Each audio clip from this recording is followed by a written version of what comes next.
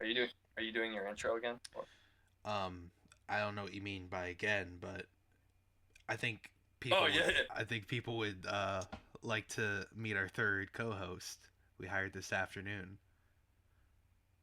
Everybody, please welcome.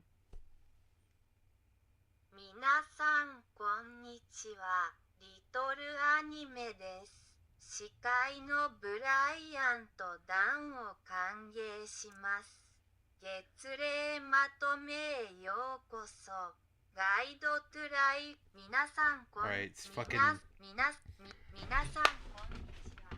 リトルアニメ Fuck! It won't turn Burn that off. ブラ bitch. イアンとダンを Burn that bitch. All right. That was a waste of That was $8. How have you been? Pretty good, honestly. I've been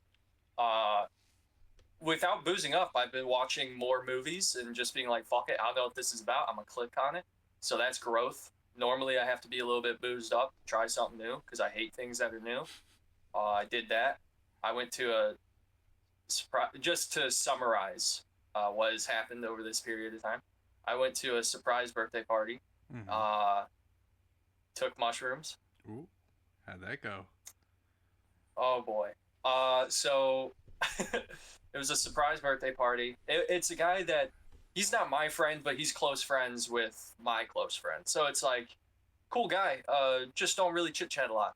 That's okay. We both really like the Spider-Man movies, so that's like nice. Going to this party, which it was a lot less of a party than I was expecting. So I was actually kind of more in my element than I normally would be. It was me and my friends, and then like a couple of his friends, and we were just chilling. So here's how it starts. Kale is the main character of at least half of this story.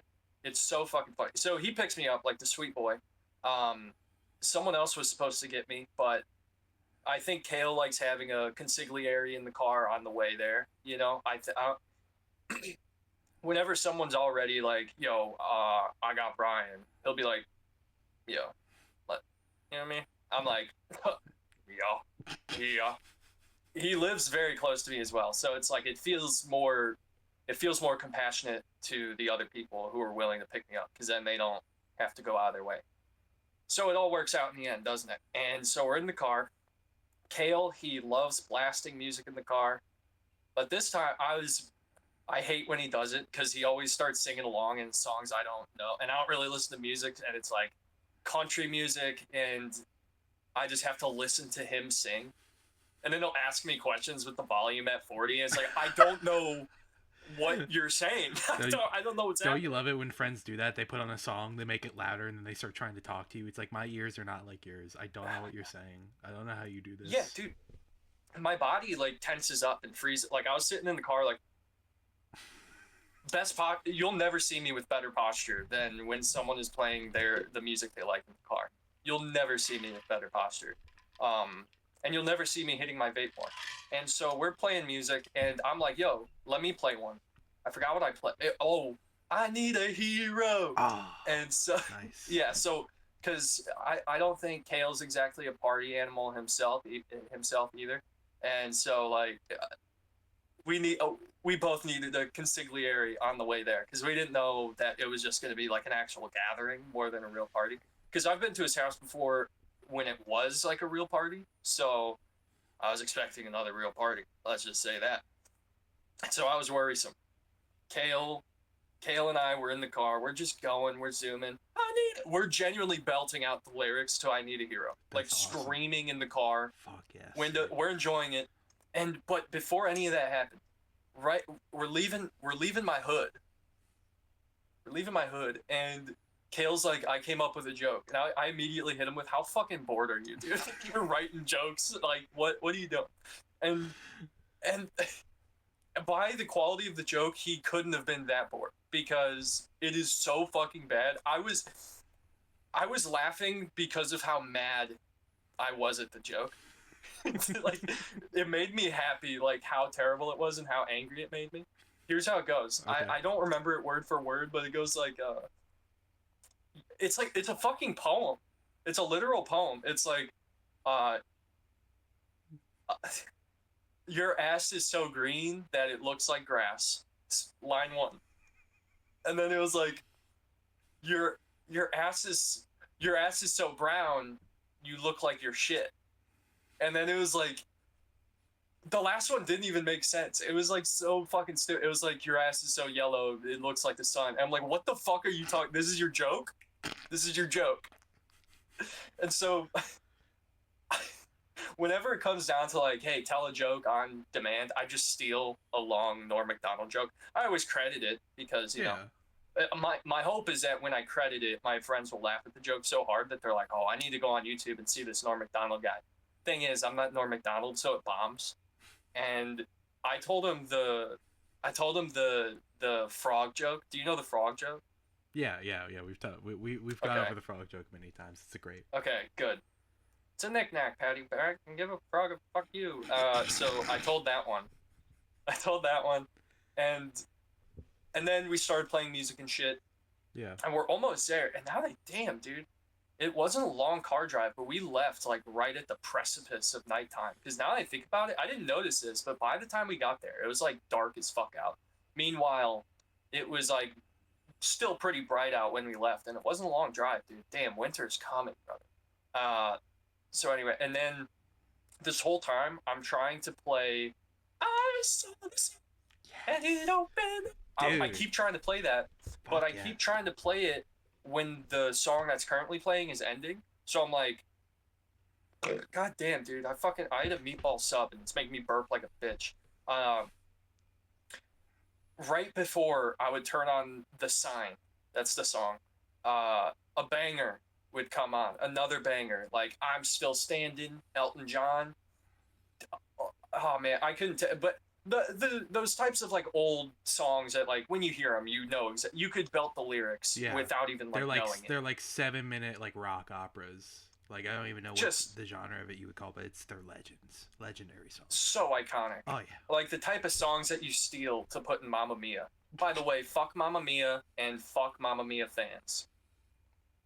Sorry, liberals. I want to get into that later. I want to poke you in on that topic. Put a pin in that. Yeah, because I have a lot to say about that. And so I get to the party, and Kale, holy fuck, this guy needs to be like, we need a Big Bang Theory spinoff about Kale because he is the funniest human being. First of all, we get there. Okay, I made a bad joke in front of everyone's spouses, and you know how spouses be. They don't really like laughing at jokes, but mine was actually not funny. So we were talking about Spider-Man Brand New Day because these are the people that Kale and I Irish goodbye.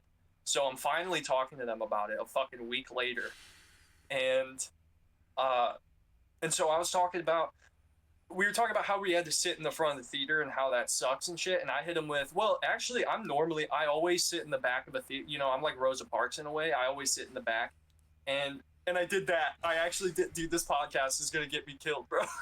Because, like, that I didn't even think about it. I was like, because if I said that joke on the podcast, I would do this without thinking, without hesitation. Yeah. Accidentally brought that over to public. The friend group personalities met, and they shouldn't have met at that point. And it was not good. I was like, yeah, normally I sit in the back.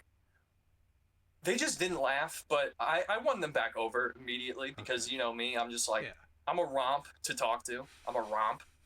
Or at least I try to be. I feel like I am, but whenever I say that, I feel like, oh, nobody who's a romp knows they're a romp.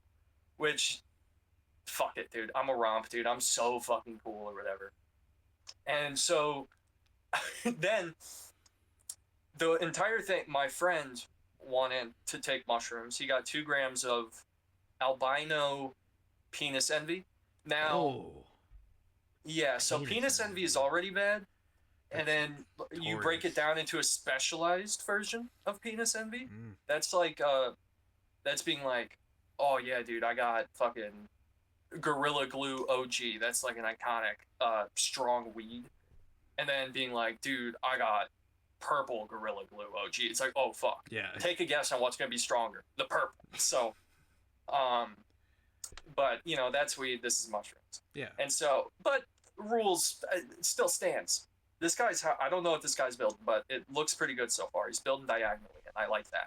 Anyway, so I only got 1.5 grams, but there were chocolates as well. So I think eventually I evened my way out. Very nice. Because I don't know if I should tell this story because he's one of the listeners. The other guy who took he's the only one who knows about this podcast, like by name. I don't know if I should. I'm gonna tell this story because it's so fucking funny. To tell you how strong these mushrooms were. My friend, he tried them. He only had a cap, no stem, that type of shit. So not like a shitload of mushrooms. This was like a week before the surprise party. He took a cap, and he had such a strong spiritual experience. He broke up with his girlfriend after.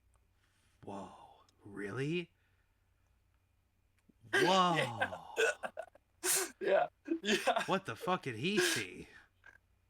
Dude. What? Dude, it's just so fucking funny. The entire story is hilarious. We need to get him on the day after Kale, dude. Like, that shit is... He's such a fucking I want to talk to him about that. What did he see that signaled that to him? Not even that, like... Just like... What could it have been? Dude, I think... I don't know if I should... Well, he's the only one who knows. So if he tells someone about the podcast and he wasn't supposed to, and then they listen to this episode, the person he told, and then they learn something they're not supposed to learn, that's his fault, not my fault. So we're blackmail holding this man until he consents to come on.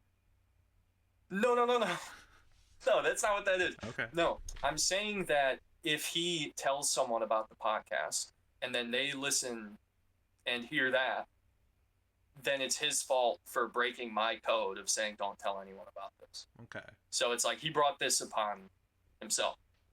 But and no names either. Yeah, so we're no good. names. Anyway. This is true.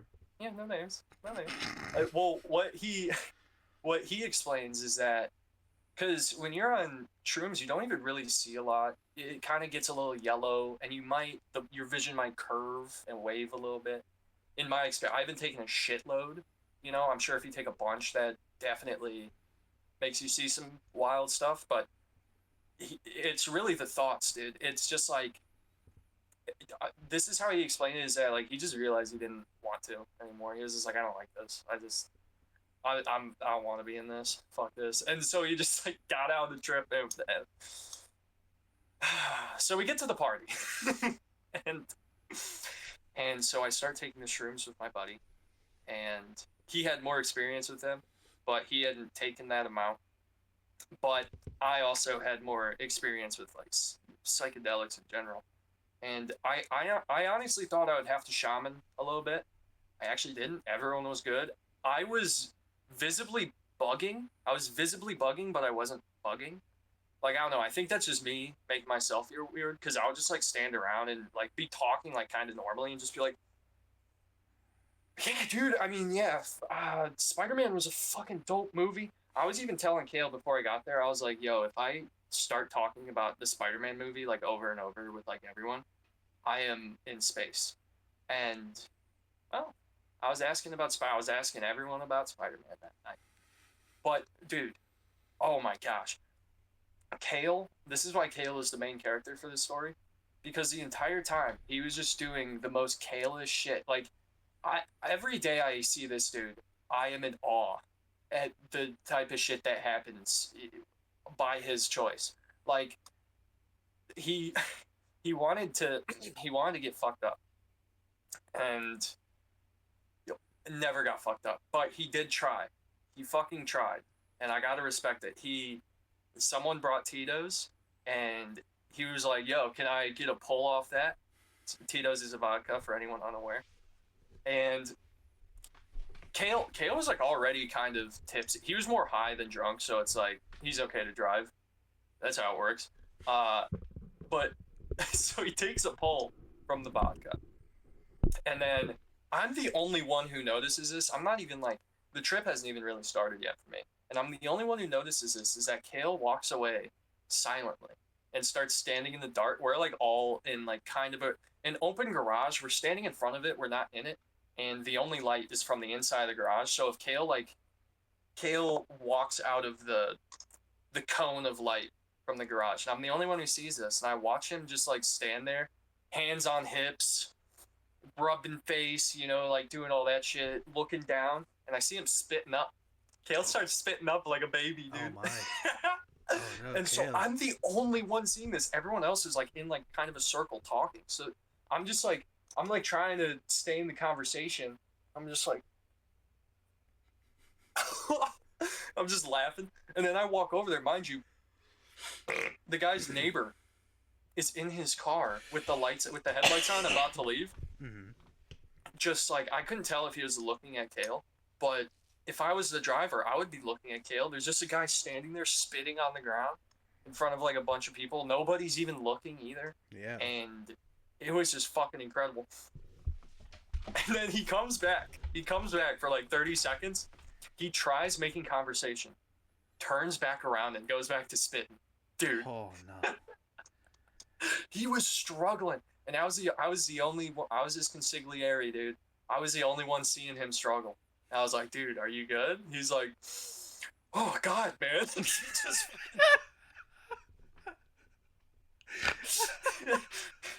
Dude. He's the best. He might be the greatest person ever, dude. He needs a book. He needs to write a fucking book, dude. Like he said, he's not the type of person to be like, oh, I want to get into this hobby, like spontaneously. But he said offhandedly one time while I was talking about like screenwriting, he was like, yeah, I kind of want to get into writing too.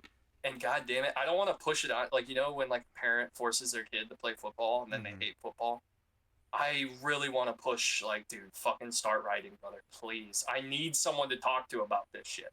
And I want to do it, but I don't want to risk it, dude. I'm going to let it come naturally. I understand your urge to lean into it, and I gotta say, as painful as it is to just leave it alone, like, do you understand, like, the glow in his eye when he says, Bryan, it would mean a lot to me if you read my script. I could see tears falling out of your eyes reading that 3-page little typoed red line underneath every single first character name kind of type deal. It would be great. Just dude, like, it sounds like I'm making fun of him. Oh, man. The dream to read somebody's first script. Oh my God. I'd love it. I'd love to. Dude, oh my God. The things I would sacrifice to make Goodwill Hunting 2 with Kale. Not obviously Good Will Hunting 2, but like that type of thing. Because I watched that for the first time like a month ago, and dude, oh my God. Matthew, what's his fucking Broderick? What's his fucking name? There's Ben Affleck and Matthew and the other one. No, it's not Broderick. Brad Who's Pitt. it? Matt Damon. Matt Damon? Brad Pitt? No. What the fuck is Brad Pitt? Brad Pitt and Matt Damon. Brad Pitt was Fight Club. Brad Pitt is Fight Club. Never seen Fight Club. We actually talked about this before. Well, but you probably know what, like, colloquially what Tyler Durden was. The dude in Bullet Train with the long hair, World War Z guy. Yeah. That's Brad Pitt. Okay. But we actually talked about that in a previous episode because I think you were talking about the movie Meet Joe Black, and I couldn't figure out that guy's Brad Pitt, Matt Damon. I couldn't figure out his fucking name. Like, they all just look like him, Leonardo DiCaprio, and the fucking Brad Pitt guy. They just all blend together in my mind. They're all the same person. They've all been in the same movies. They're just all the same person. I know that they're actually not. They're very diverse actors, but those three people, like, my brain has just found it more efficient to just gum them up as the same person because of how little I think about them. But I, in the past couple months, have needed them so much that I've just refused to rewire that. And I'm suffering for it. I really should just make the very small effort it takes to remember their names, but doesn't matter. They're fucking. They probably went to Epstein.com or whatever the fuck it was. What was it? A website? EpsteinWebsite.com. What was that shit about? It was called signupforepstein.org, and you could sign up to go to the Epstein Island. That's how you got on there. If you didn't know, that's how kids got on there, because they're promised free candy. That'd be funny as fuck. Like, just someone who's so unaware. They're like, what is that Epstein? What is that, like a Roblox map? Like, it's just someone buying a $300 plane ticket. I wonder where this could possibly lead. It's like, Epstein? Is that like, that's like the meta. There's like the meta worlds, right? That's like the guy. This is like it's that game where you walk with your arms. You climb the trees. The kids like this game. It's the gorilla tag. Epstein, isn't that the game where you like break into your neighbor's house and like try to expose him or something? No, this is the one where you hide from the bear, and you're in like you're like doing office work and then you hide from the bear. I don't even know what that one is. Hiding from the bear? Hide from the What's bear that? in the office, dude. You're not autistic. I'm thinking SpongeBob. I feel like that's SpongeBob That's with not. the bear, the sea bear in the circle. It's FNAF. What is it? Oh my god, dude. Dude, That's crazy. get the fuck See, off the that's show. the thing. What the fuck? Dude, oh my god. Well, Kill you. seriously though, No, I'm like kidding. when I think of Freddy Fazbear, I don't think. No, you're allowed to kill me for this. I don't think of a bear. I think of the robot element more than like the actual like caricature of like the iconography of Freddy Faz. I think of the robot side more than the. Like I see Chuck E. Cheese, I think about the hot 22-year-old black chick in the costume. I don't think about the. I saw someone on TikTok comment some shit like that. It was like a Chuck E. Cheese. It was obviously a girl in the costume, and this guy commented. It was something like, it was just like so weird. It's like that you got to have something wrong with you if this comes to mind. Because to me, I'm just like, this is a wholesome video where Chuck E. Cheese is having fun and like everyone's laughing and having fun, and then this guy's like, you can tell that that's an 18, and I'm not lying. He was like, you can tell that that's like an 18-year-old girl who just got her freedom and she's just so happy to have it. What? Dude, what the fuck? Dude, and like putting an age to that, especially when the age is 18, is such a, all right, guy. Eyebrow What are we raiser. Yeah. It's like you technically didn't say anything wrong, but that feels like a dog whistle somehow. Regardless. Sniffing a lot of dog whistles lately. Been sniffing those out. Yeah, dude. I'll be honest. Not a fan of dog whistles in the Nazi orientation. Mhm. Also, not a fan of dog whistles in the just like literal dog whistle way. I always saw it. I don't know. It's like, oh yeah, dogs don't like the sound. I was like, yeah, then why are we using it? I get it's for training, but give me a dog whistle. Like, give like a kid a dog. When I came up with this opinion, I knew like if I had a dog whistle, I'd probably just be like, yo, this is crazy. I'm gonna make my dog like uncomfortable. Yeah. Just because it's just like, oh, I can't hear it. It's so weird that it can and I can't. So I'll just be like, and I think it's wrong.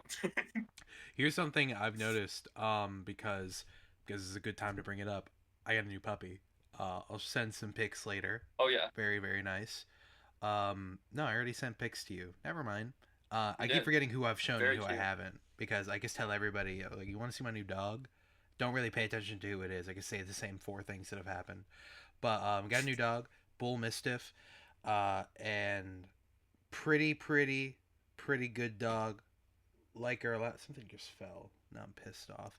Like her a lot, and I've noticed that of course, again, all dogs are different, but she's very, very smart. It's been like 4 days and she already knows her name, and her name is Natasha, which is 3 syllables, and that's a big word. So she's already very smart. So I don't know if this is going to apply to all dogs, but I've noticed that at least puppies, if you can whistle really low, they will always immediately pay attention to you. If you can go,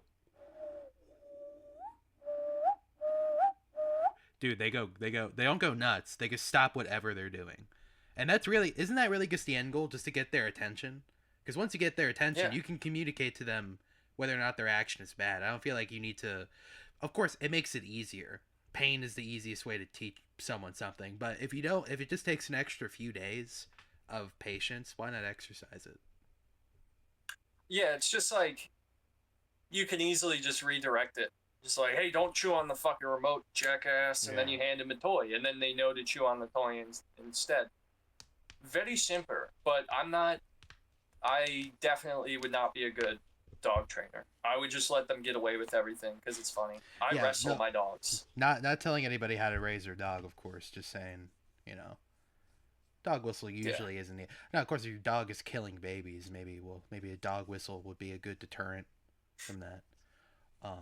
But no, Kill a baby. I'm gonna pick you up by your hind legs and hold you over a bridge and be like, you better fucking knock it off.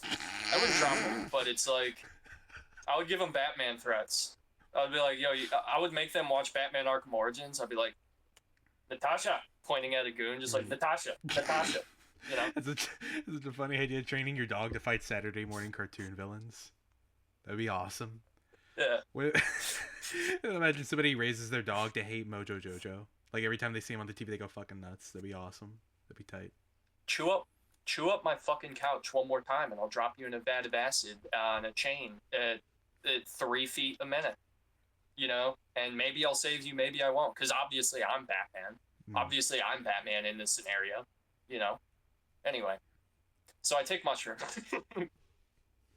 and it's really not that interesting of a story. I was just like kind of chilling. A group of like 6 of us, the people who are already like close, we just like fraternized. We went inside the house. Nobody else was allowed to go inside. We were allowed. Nice. And we just fraternized in there. Nobody had water. I needed water. I'm hitting my vape. I'm hitting my cart. I'm on mushrooms, dude. Smoke feels good to me. And no water. Host comes in. I'm like, hey, do you got any water? Gives me a mug. Now, no hate against mugs, but when you're on mushrooms, getting up and walking into a room where other people are so you can get water out of a fridge and nobody else is doing that, very nerve-wracking. Very nerve-wracking. I got over it. I actually, at one point, I put the mug in the sink because I was like, I can't like do this. I can't deal with this anymore. And then I hit my vape like twice, and I was like, my mouth is dry. Where's that fucking mug at? So I got the mug, drank more water. It's delicious. Nice. Then Kale and my boy who took mushrooms, we went back to my house. We all went back to my house, and then we like watched something, I think. We tried watching a Night Stalker documentary. Kale was the only one watching it. Me and my boy on mushrooms were just talking over the entire thing, which is ironic. Dude, honestly, on one hand, I feel bad that we may have been impacted. Actually, no, we weren't. He just wasn't listening to us. He was just only paying attention to the documentary, so we didn't impact anything. But at the same time, even if we did, that's revenge. This motherfucker sat on his phone for like 30% of The Sopranos, so fuck him. Rude thing to do, fuck by Kale. the by. Very rude thing to do. Yeah, I know. All of my friends do it though, all of them, and it irritates me. So my buddy who took the mushrooms, he has this habit of like wanting to watch shit, and then he'll like start falling asleep, and I'll be like, "Hey, you're falling asleep, bud," and I'm okay with you falling asleep, but if you want to be awake, I'm letting you know that you're falling asleep, and I'll genuinely wake him up by saying that, and he'll be like, if you look at the Ferrari, and I'm like, what? And he's like, I'm joking. And it's like, no, you're not joking. You were just dreaming. You just finished a conversation you had in a dream. You just did that. He's like, no, I was joking. I'm like, you're not fooling anyone. Like, he's dead set. I'm like, no, I'm not falling asleep. When he's obviously falling asleep. Dude, just go to fucking sleep. I wasted 2 hours of my time trying to get this fuck to watch Mindhunter while he's like falling asleep. The meat and the potatoes of the show is interrogations, people talking, and Yeah. this fucking guy. My favorite color is purple. What? What are you talking? What'd you say? He's like, I'm joking. Shut up. Watch the show. So I tell him, I'm like, do you want to fall asleep? He's like, I'm not falling asleep. And I'm like, sit up then. I daddy him. I'm like, sit up. Sit up. Then sit up. Because it's like, mind you, because he's on a couch. He's literally like this, falling asleep in the fucking bed. Or in the couch. Hold on. Fucking vape fell. God damn it. I'm such a fat fucking loser. So like, he's literally falling asleep in the couch. I'm not falling asleep. You're falling asleep, dude. Falling asleep. And it gets under my skin. It gets under my skin. I just want you to watch Mindhunter. This guy, you think Kale's bad with watching 30% of The Sopranos, like, while on his phone? This fucking guy watched an entire season of The Sopranos. I would say 60% of it, he was on his phone. I was watching him play fucking Paper I.O. because the way the couches are, I'm able to look at his phone. I'm watching him play Paper I.O. and then I'd be like, after like 2 episodes, I'd be like, dude, you've been on your phone the whole time. And he's like, I'm doing so. He'll finally start doing something on his phone, like emailing his bank. Well, not emailing his bank, but using his bank app or whatever. Oh, okay. And I'd be like, dude, you're on your phone. He's like, I'm gonna talk to the bank. I'm like, dude, I was watching you play Paper.io. I was watching you do that for the past 2 episodes. For the love of God. It's so bad. It's less so rude. terrible. It's less rude to just leave the room at that point. it's less rude. I should just beat his fucking ass. No, he would destroy me, but I should fucking try, dude. I should try. I should get a prescription for glasses and then try to beat his ass. And then I'll hit him with like the Jack Nicholson, like, you wouldn't hit a guy with glasses, would you? You wouldn't do that. That'd be fucking sick. Why would you do that? That'd be fucking sick. He'd be like, what? He'd be like, he wouldn't get the reference Yeah. because he was on his phone during that movie. See? Listen. Yeah, pretty much, dude. Pretty much. That's. I watch fucking awesome shows and I recommend them to people, and then either they watch them and don't watch them, or they just don't watch them. And these are shows that 6 Feet Under made me fucking cry. So every day I tell my friends to watch 6 Feet Under and they don't do it. It's just like, you're not as human as me. You haven't experienced what I've experienced. You know what I mean? I do actually understand that. Like, movies can absolutely. I mean, how it's supposed to work is life experiences give you like the floor and your ceiling for like your emotional spectrum, but movies do a pretty damn good job of like making that floor and ceiling like 2 or 3 times as high. Some of them can get you. Some of them can move that shit up. I think I finished the party story. I turned the tables on Kale, and I didn't pay attention to something that, by the way, he fell asleep after the first episode too. I'm like, yo guys, what should we watch? And then I'm the fucking asshole who has to watch it. That's what my life is.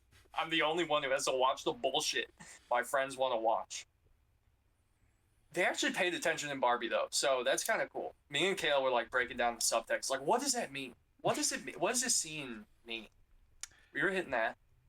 I was definitely that's very interesting because the most in-depth thoughts I had during Barbie was just what my mom would think about it. That was pretty much my only thought during the entire movie. I was like, my mom would like that joke. And that was pretty much my response to everything because none of it really made any sense to me. And I wasn't even pretending. Like they would make a very obvious, not even a bold statement. Ooh, that is nice. You're right. That's cool. I don't see the wave effect as much, but I see it coming out. Oh no, I see you shaking it out. It looks kind of silly. Like it looks like it's a really old mic, and you just dusted it off. It is. My Mexican friend gave it to me. He got it from Guatemala in 1902, where he's from. That's cool. That's true. I didn't say I anyway. didn't believe you. Well, then where's mine? I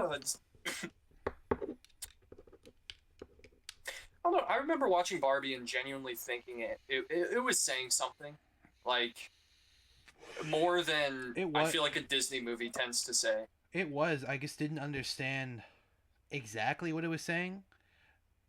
Let me be clear. This is very much possible just because I'm a little dumb. But I just didn't understand, like, because they would make points sandwiched within jokes, but sometimes jokes would either make an opposite point or just make a completely different point that was unrelated. And I just it never comprehended to me. I got that the Barbies wanted to be the king of the Barbies again, or the queen of the Barbies again, after the Kens took over. And I don't really understand why anything else happened. I thought it was a pretty looking movie. I thought it had some good music. The Ken scenes made me laugh. Margot Robbie was a lot of fun. Didn't get it though. Probably because, and I don't know where exactly you stand on this. I know a lot of people say like it doesn't matter who a good movie is for as long as it's a good movie. And I agree with that to an extent, but I also do just think that sometimes movies aren't made for a certain group of people, and that doesn't make them worse, but like I think it's annoying when people like Brie Larson are like, I don't care what some old white guy thought of thought of Miss Marvel or whatever. What was the thing she was in? Captain Marvel. I don't like it when she says that, but at the same time, I also don't think that if a 40-year-old white guy hates Turning Red, that makes Turning Red bad, because Turning Red was absolutely, it was made for a very small group of people. It's a very niche movie. Not saying it's bad or that aspect of the movie is bad, but it's a very hyper specific movie. Mainly just to the director and then to anybody else just being a girl who's growing up. is really who that movie is tailored for. And that doesn't make it a bad movie, but that also doesn't mean that, like, if you hate the movie, that's really a reflection on anything about the movie. Because I'm sure if I was a 12-year-old girl, I'd dig it pretty good, but I'm not, and I just thought it was boring. I say boring. I haven't watched it. I've seen enough clips. I don't care to Boring watch movie, haven't seen it. Boring movie, haven't seen it. Fucking awful movie, haven't seen it, don't care. Go watch it. Give it some support. Artists need support. Doesn't even matter what they make. Just support it. Yeah, Disney needs support. Yeah, you make a good point. Everybody got paid for that movie pretty fine, I'm sure. Yeah, and I think it made money too, didn't it? Or am I bug? I feel like it had to. I don't know. Maybe it did. It was a COVID movie, so maybe it didn't. I don't know. Yeah, true. Yeah, but I feel like when you have kids, it's just like, yeah, what's that Disney picture? What's the newest Disney picture? I want to make my dumb kid shut up for fucking 2 hours. What's Toy Story that new 5. Disney? That's what's out right now.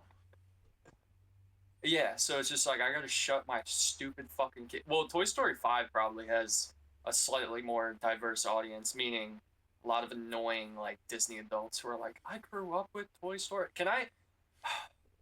I did not give a fuck about Toy Story 3. I still don't. Really? I never did. Didn't like it. Never cared.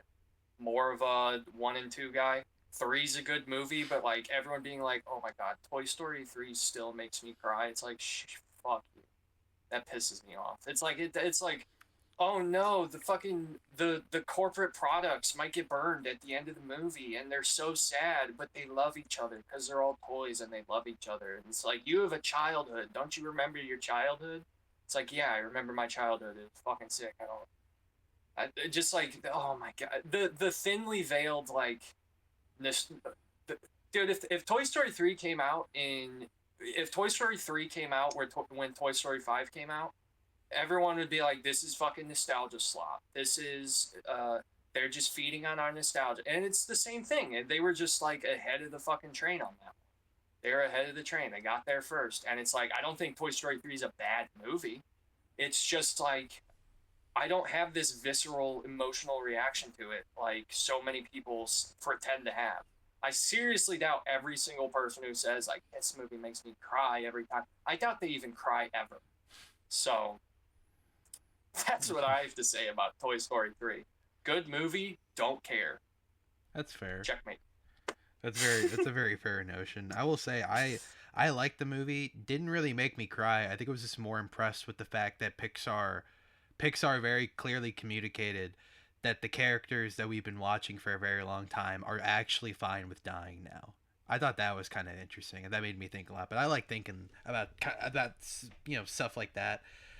Just in general, I don't really get the appeal of, like, these cartoon theories where it's like, what if Finn from Adventure Time had cancer and everything he did in the Land of Ooh was chemotherapy? Those are real theories.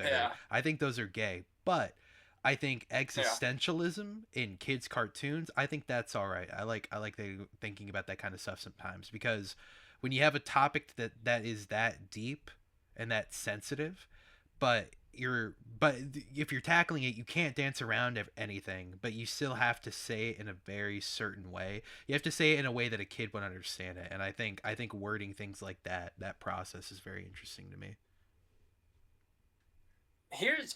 This is something you just got me to start thinking about with what you said, and this isn't exactly an answer to what you said, but it got me thinking that the wheels are turning now. Like, so the characters are okay with death, and they're like, the existentialness of it and whatnot. And then they just, how did it happen? How did Lotso get on that truck? Because they're talking about this shit in a certain way, and then they're giving this villain like a horrific fate of just being tied to a truck and hit with bugs for the rest of its life. We don't know what kills toys. We don't know if you can kill them. Maybe, I don't know. I haven't seen 4 and 5. Maybe they established that, but that's something to think about. Just like the contrast of the existentialism of, oh my god, the main characters are gonna die, and they're like kind of okay with shit, and it's like, yeah, just put the fucking villain on a truck to eat bugs for the rest of his life. It's just like, whoa. Well, to be fair, I don't think they did that. If I remember how the movie went, if I'm remembering the movie correctly, it was yeah, he fucked himself over. That, well, yeah, it's when he escaped and he didn't save them. These two garbage men found him. They go, "Oh, I used to have one of these when I was a kid," and then he tied it to the front of his truck, and the front of his truck had other toys to the grill tied, toys that he grew up with that he found in the trash. So it's just like Laszlo just ended up there because technically, it's actually kind of interesting. His final punishment was still made out of love by somebody. Somebody was like, "Oh, I fucking love this toy," and then tied it to their truck. That But is that's it. good. But that's his hell. So it's kind of interesting. So technically, nothing even really bad happened to him. It was just a series Well, of misfortunate events. it does just feel kind of mean spirited on a meta level. I mean, it is, Like, but he was ready to just kill like 9 toys, which to him is like those are living beings with consciousness. I mean, at least to him, he's if we're thinking about it like but he can think and live.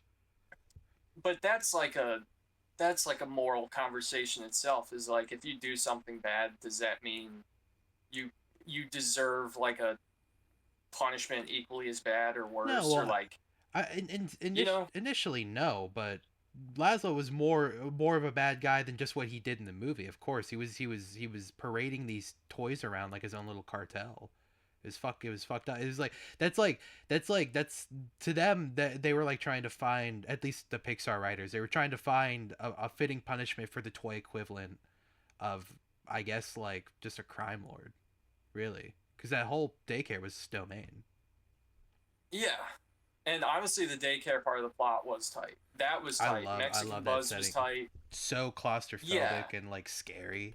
Ooh, loved it. Them having to sneak around, that was tight. The ending just never gets me. And now that I'm That's thinking about fair. it, there are like interesting conversations to be had about this ending. Because, like, yeah, I get that Lotso did worse than what was in the movie, but like, I don't know. I don't know. It when a movie does something like that, it's telling you what the people making the movie like think, like on some level, maybe not specifically like they said, oh yeah, this is what we believe about punishing criminals and whatnot, but it does offer perspective on like what they believe on that. Hmm. And I don't know, that's just kind of an interesting thing to bounce off of. Like, I don't know, because it always felt mean spirited to me. Like, I don't know. Maybe that's why I couldn't cry. Because at the end of the day, it's that. I don't know. That doesn't. I don't know. There's a lot of I don't knows in this conversation. So maybe I need to make an article about this one. Really fucking dissect it. That would be fair, but I don't think you owe it to Toy Story 3 as much as everybody wants you to think that you owe it to Toy Story 3. I do. It's not that I agree. It's not. I'm not saying anybody who has actually cried to the ending of Toy Story 3 hasn't, because I've seen people cry. Shout out EOM Reactions, best movie reaction channel you're ever gonna find on YouTube. Pretty good channel. And I've seen people cry at the ending of Toy Story before. I don't believe that it makes them cry every time. Maybe it does, but I don't believe it. I mean, at the end of the day, it's just a damn good movie. It's not like true. It's not like this is the most important. Like this belongs in the Federal Film Reserve. Like I don't think it's that crazy, but it's a pretty good movie. I liked it, and I get that you don't like the ending because at the end of the day, it did just tackle a really on the turn of a dime, turned extraordinarily serious, and then just did end like a Saturday morning cartoon, which I could see why you wouldn't like that tone whiplash kind of type deal. Yeah, it kind of felt manipulative. It kind of feels manipulative a little bit. Just like, oh, the thing you remember growing up with, it's gonna fucking burn, and they're all gonna get fucking burned, and it's like, yo, dude, like, I don't know. It's like, because this isn't fucking Avengers or something where like characters have to die, or it's just like a weird thing to. I don't know. On one hand, I like when movies get dark like that, but on the other, it fucking put one foot in, it dipped its toes and then got out. If you know what, this would piss a lot of people if they actually killed all those stupid fucking toys. That would, I would kind of respect it a little bit.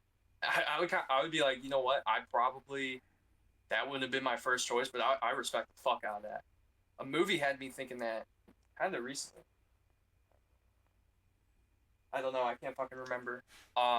Anyway, fuck, dude, fuck No, not fuck, but Toy Story 3, good movie. Not gonna see it again. But I'm sure people have cried to it. I'm sure plenty of people cried to it. But it's just like one of those things where it's just, I feel like it's just a thing people say, like, dude, Toy Story 3 is the saddest ending in a kid's movie ever. In the same way people are like, oh my god, the first 10 minutes of Up are incredible, and the rest of it is just bad. It's like, yeah, everyone, it just feels like some people are saying that because that's just easier than having to watch the entirety of Up again. I like Up. I like the entirety of Up.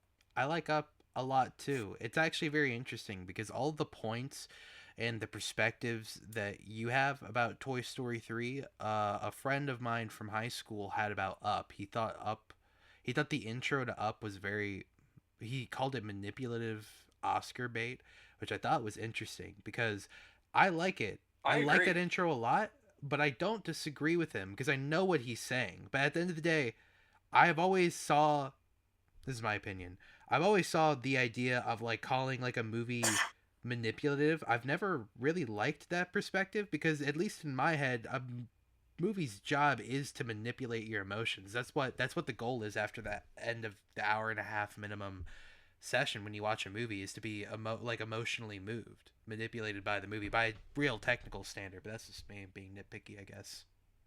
The problem is when you notice it, it's like CGI. It's fucking awesome when you don't notice it, but then when you notice it, it's like, god damn it, this sucks. Like when you can tell, like, oh, I know what they're doing. Like when there are certain movies I'll watch, fuck. Well, I mean, Euphoria did that a lot. I'm never gonna stop talking about that show.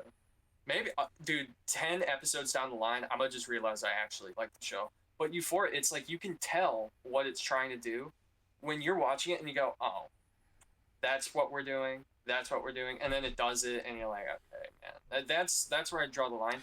When a show, I see what you mean. Like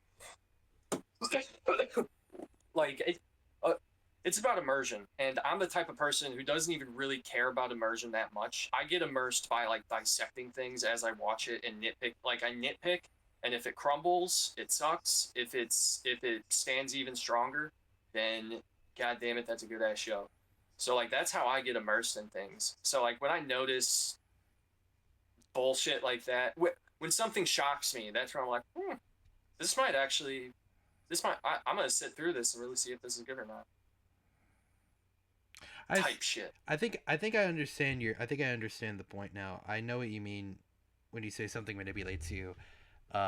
Please correct me if I'm wrong, but I think I hate when like modern, when I say modern, still haven't seen the new Spider-Man. I'm talking about like the last 3 or 4 Marvel movies that have come out that I thought were just like okay.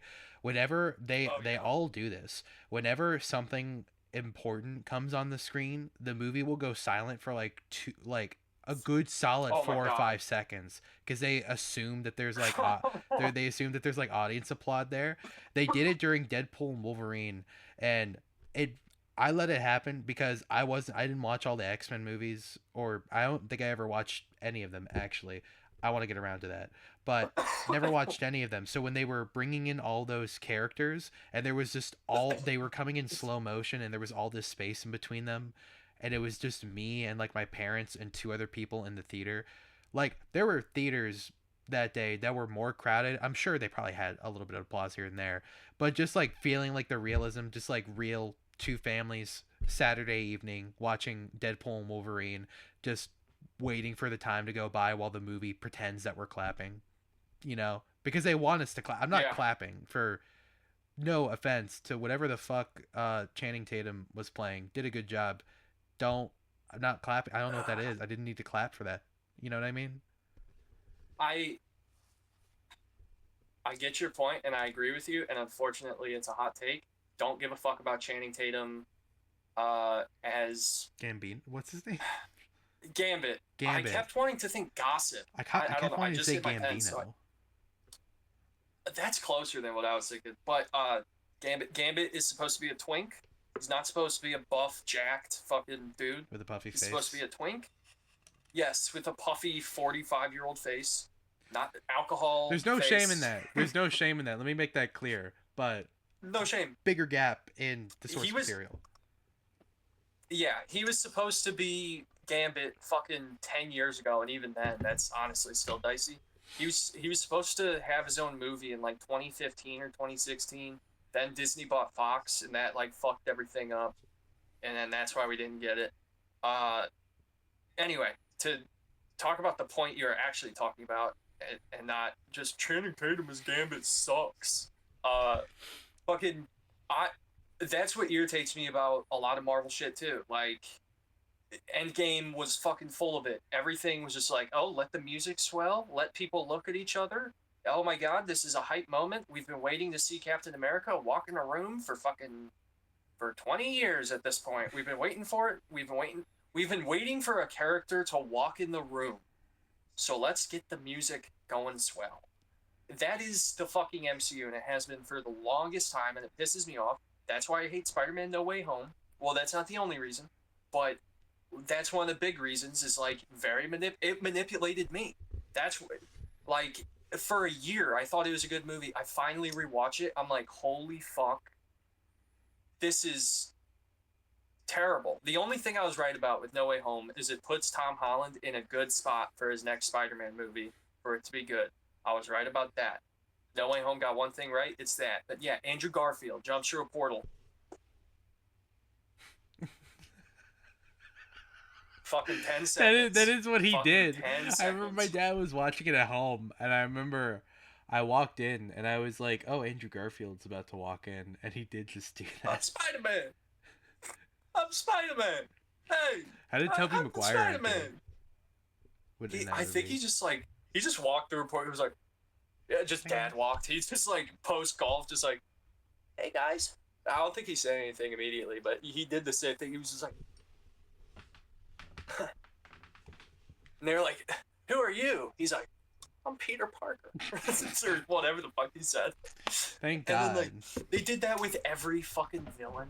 Every villain. There were 6 fucking villains in that goddamn movie, and all of them had their own little entrance, except for the Lizard. The Lizard had like 2 seconds of screen time. They reused at the end of No Way Home, when like the Lizard goes back to a human. That's a reused shot from The Amazing Spider-Man. Really? He wasn't even on set. Yeah, he voice acted for the movie because it was filmed during COVID, I guess, and he's like a fucking New Zealander or some shit. So maybe they had maybe he wouldn't be able to get on a flight or something. I don't know. Fucking whatever.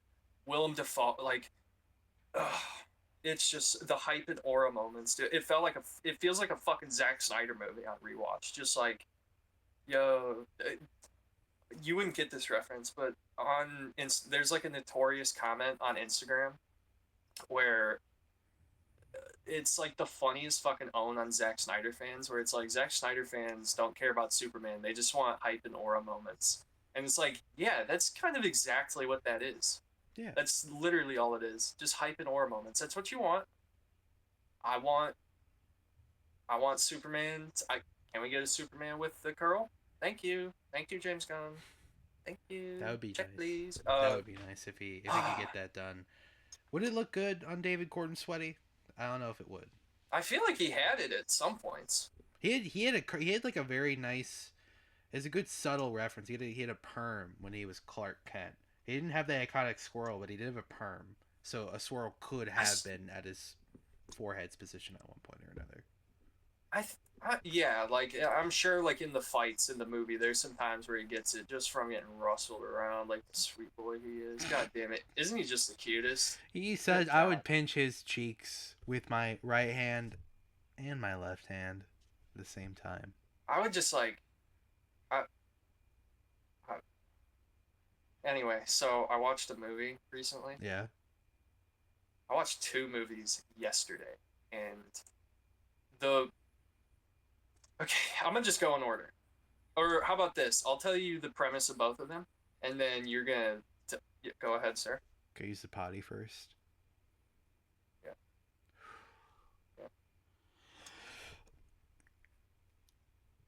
Which one? Are you doing 1 or 2? You're gonna hit a 2 on me, aren't you? I have to go in the bowl. I'm sorry. I have to go in the bowl. I'll be right back. Listeners? A little bit. Hard Mountain Dew, this is the worst flavor because it's regular Mountain Dew. It's 5%. Let's just fucking open some of these. So last thing on the party story, because I told all of that shit and I had a planned story in mind of what happened that I wanted to go through, and I completely forgot. It was so exciting, I forgot about it completely. So all of us are fraternizing.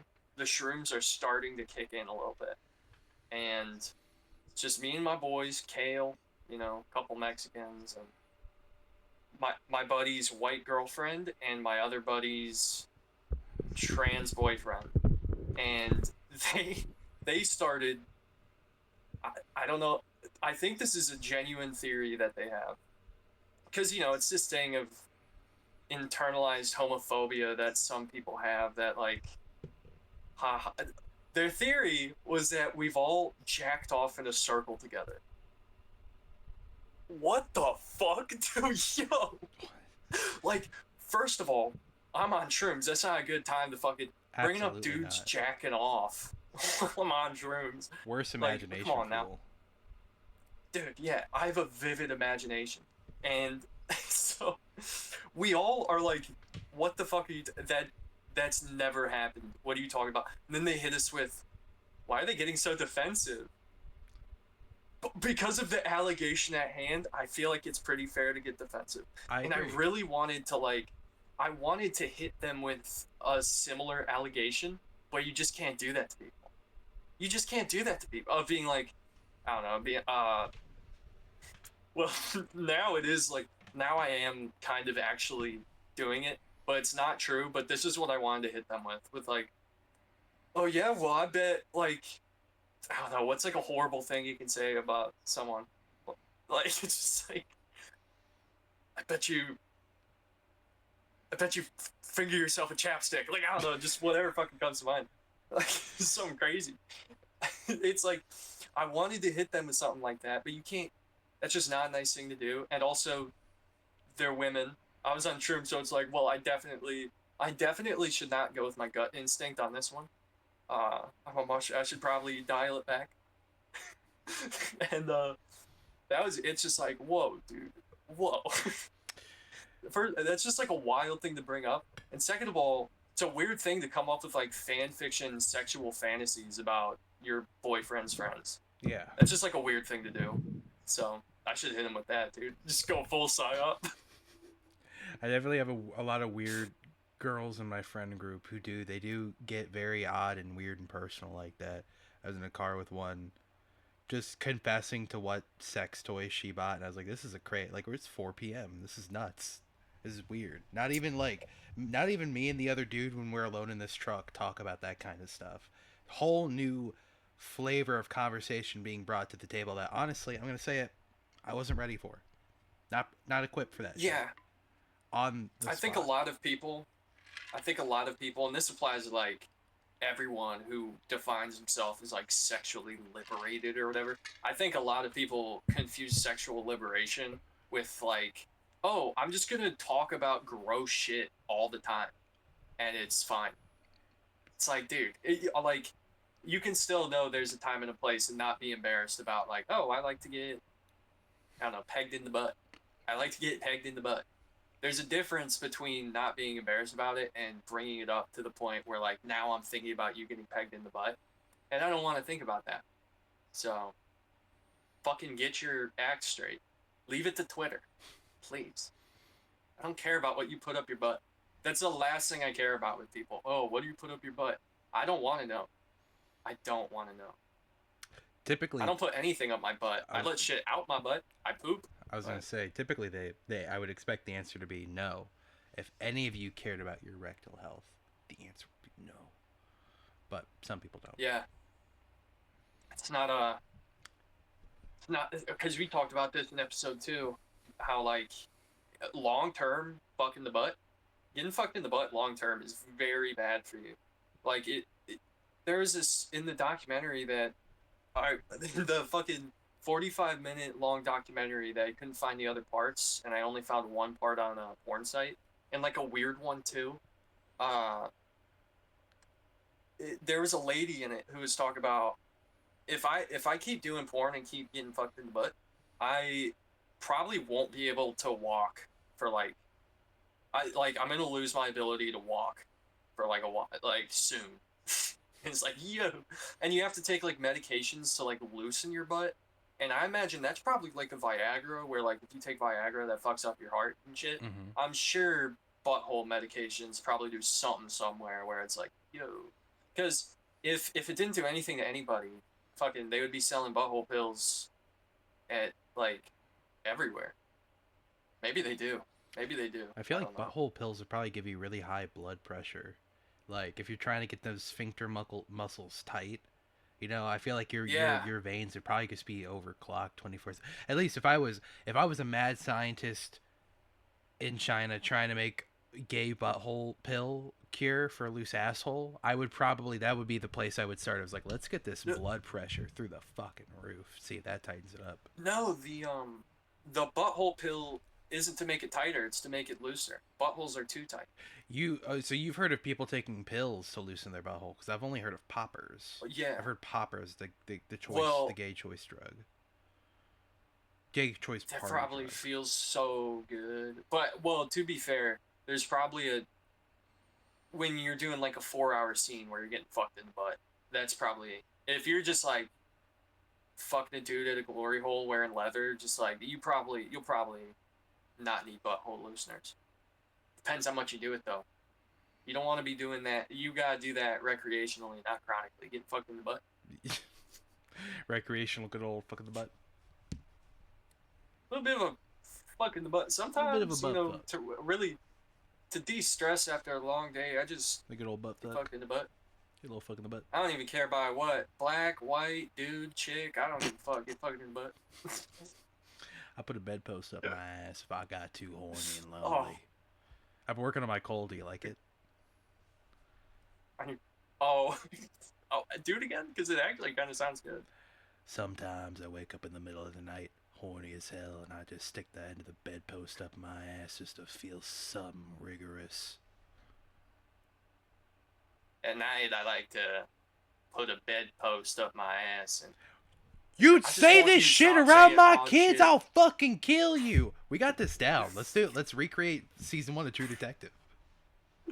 that would actually be pretty tight. And there's a True Detective podcast that I follow on Instagram, just because like their entire podcast is about True Detective, and I respect the idea of doing a podcast for who knows how long about a single season of a show. So it's kind of ballsy, and we should get them on and just like be like, so what are your thoughts about Rust? And they're like, are you doing a Rust impression? It's like, no, I'm asking what are your thoughts on getting fucked in the butt? And they're like, these fucking guys. I know of a website. I think I've sent it to you before in the past, very, very far in the past, where you can read the official prints for scripts for movies. If you want to right now, you can go on this website and read the script for Toy Story 3, the same one that Tom Hanks wrote, or Tom Hanks read, maybe without all the annotations that they gave him, like highlighting his lines, because poor guy, he can't read. But what if I could find the script for season 1, episode 1, or just like any of the episodes from season 1, would you do a live reading with me on this show? Could we read out an episode of True Detective and like pretend like we're actually like pitching it for like that week on TikTok? On TikTok, we do it on TikTok. Okay, sure. Yeah, I'll do it. I think human consciousness is a tragic misstep. I have to be Cole. You have to let me be Cole. Please, you have to let me be Cole. Or actually, no, we could take turns being Cole. I shouldn't be greedy. Yeah, because I'll tell you what. I'll let you have Cole on that line, because I want to say, I want to say what Hart says in that scene. Just like, shut the fuck up. You better not say this shit around my fucking family. I love that line so much. But I love doing is a Cole's place voice of silent. The car is a silent place of silent fucking silent reflection. Silent. All right, motherfucker. It's a good season. It's a real good season. Just watch that episode. That episode's enough. It's impressive. Yeah, we should honestly like. Oh man, I wish copyright laws didn't exist. So then we could just like actually release the dub over it. the entire thing and just fucking. We could do a commentary of it. We could do that. Good. Nowhere that says we can't. Yeah, true, but it would just be nice to just have the actual episode on you. It's like True Detective episode 1, and someone's like, "Oh, I've been meaning to start this." There's got to be. Why does he sound like that? I'd love it if somebody would make a legal loophole where it's just like not even a legal loophole, just like open up the parody laws just a little bit more, so I could just dub over other people's shit. That would be tight. Let me do that. Yeah. Let it be expensive as fuck. If the voice That's is fine, but let me slightly do it. goofy. If it's a slightly goofier voice, it should be allowed. Yeah. But yeah, if it's like a good impression, then yeah, go fuck yourself. You commie, you traitor, how dare you abuse our copyright laws. Anyway, I saw 2 movies Oh yeah. yesterday, and I'll let you pick which one I talk about first. I was telling you I saw Granny Porn.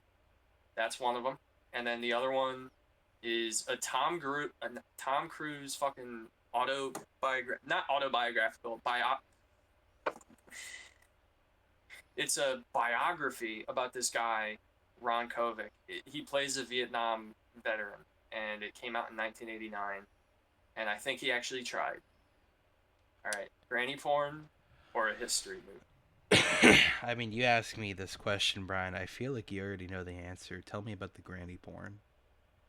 Oh my god. So, I don't know. I was on Netflix.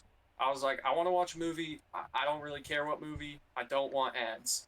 Saw fat old Jack Nicholson. It was called Something's Gotta Give. I was like, yo. He's a fat old fucker. I was just like watching the 20-second little samples they give you when you hover over a poster and shit. And it was, the plot is Jack Nicholson gets a hot ass like 28-year-old bae, and he's 63, and she's like hot as fuck, and her face is very purty, and they go to a beach house, and that's something I'll bring up soon, but the beach house is confusing me. And so essentially what happens is he's in love with he's just trying to pho the young bae. That's all he's trying to do. He's not really trying to get into a committed thing. He's never been married. He was engaged once. And here's like the description of the movie. Jack Nicholson wants to bang this young bae, and then over the course of the movie, he falls in love with the mom who is also staying at the beach house.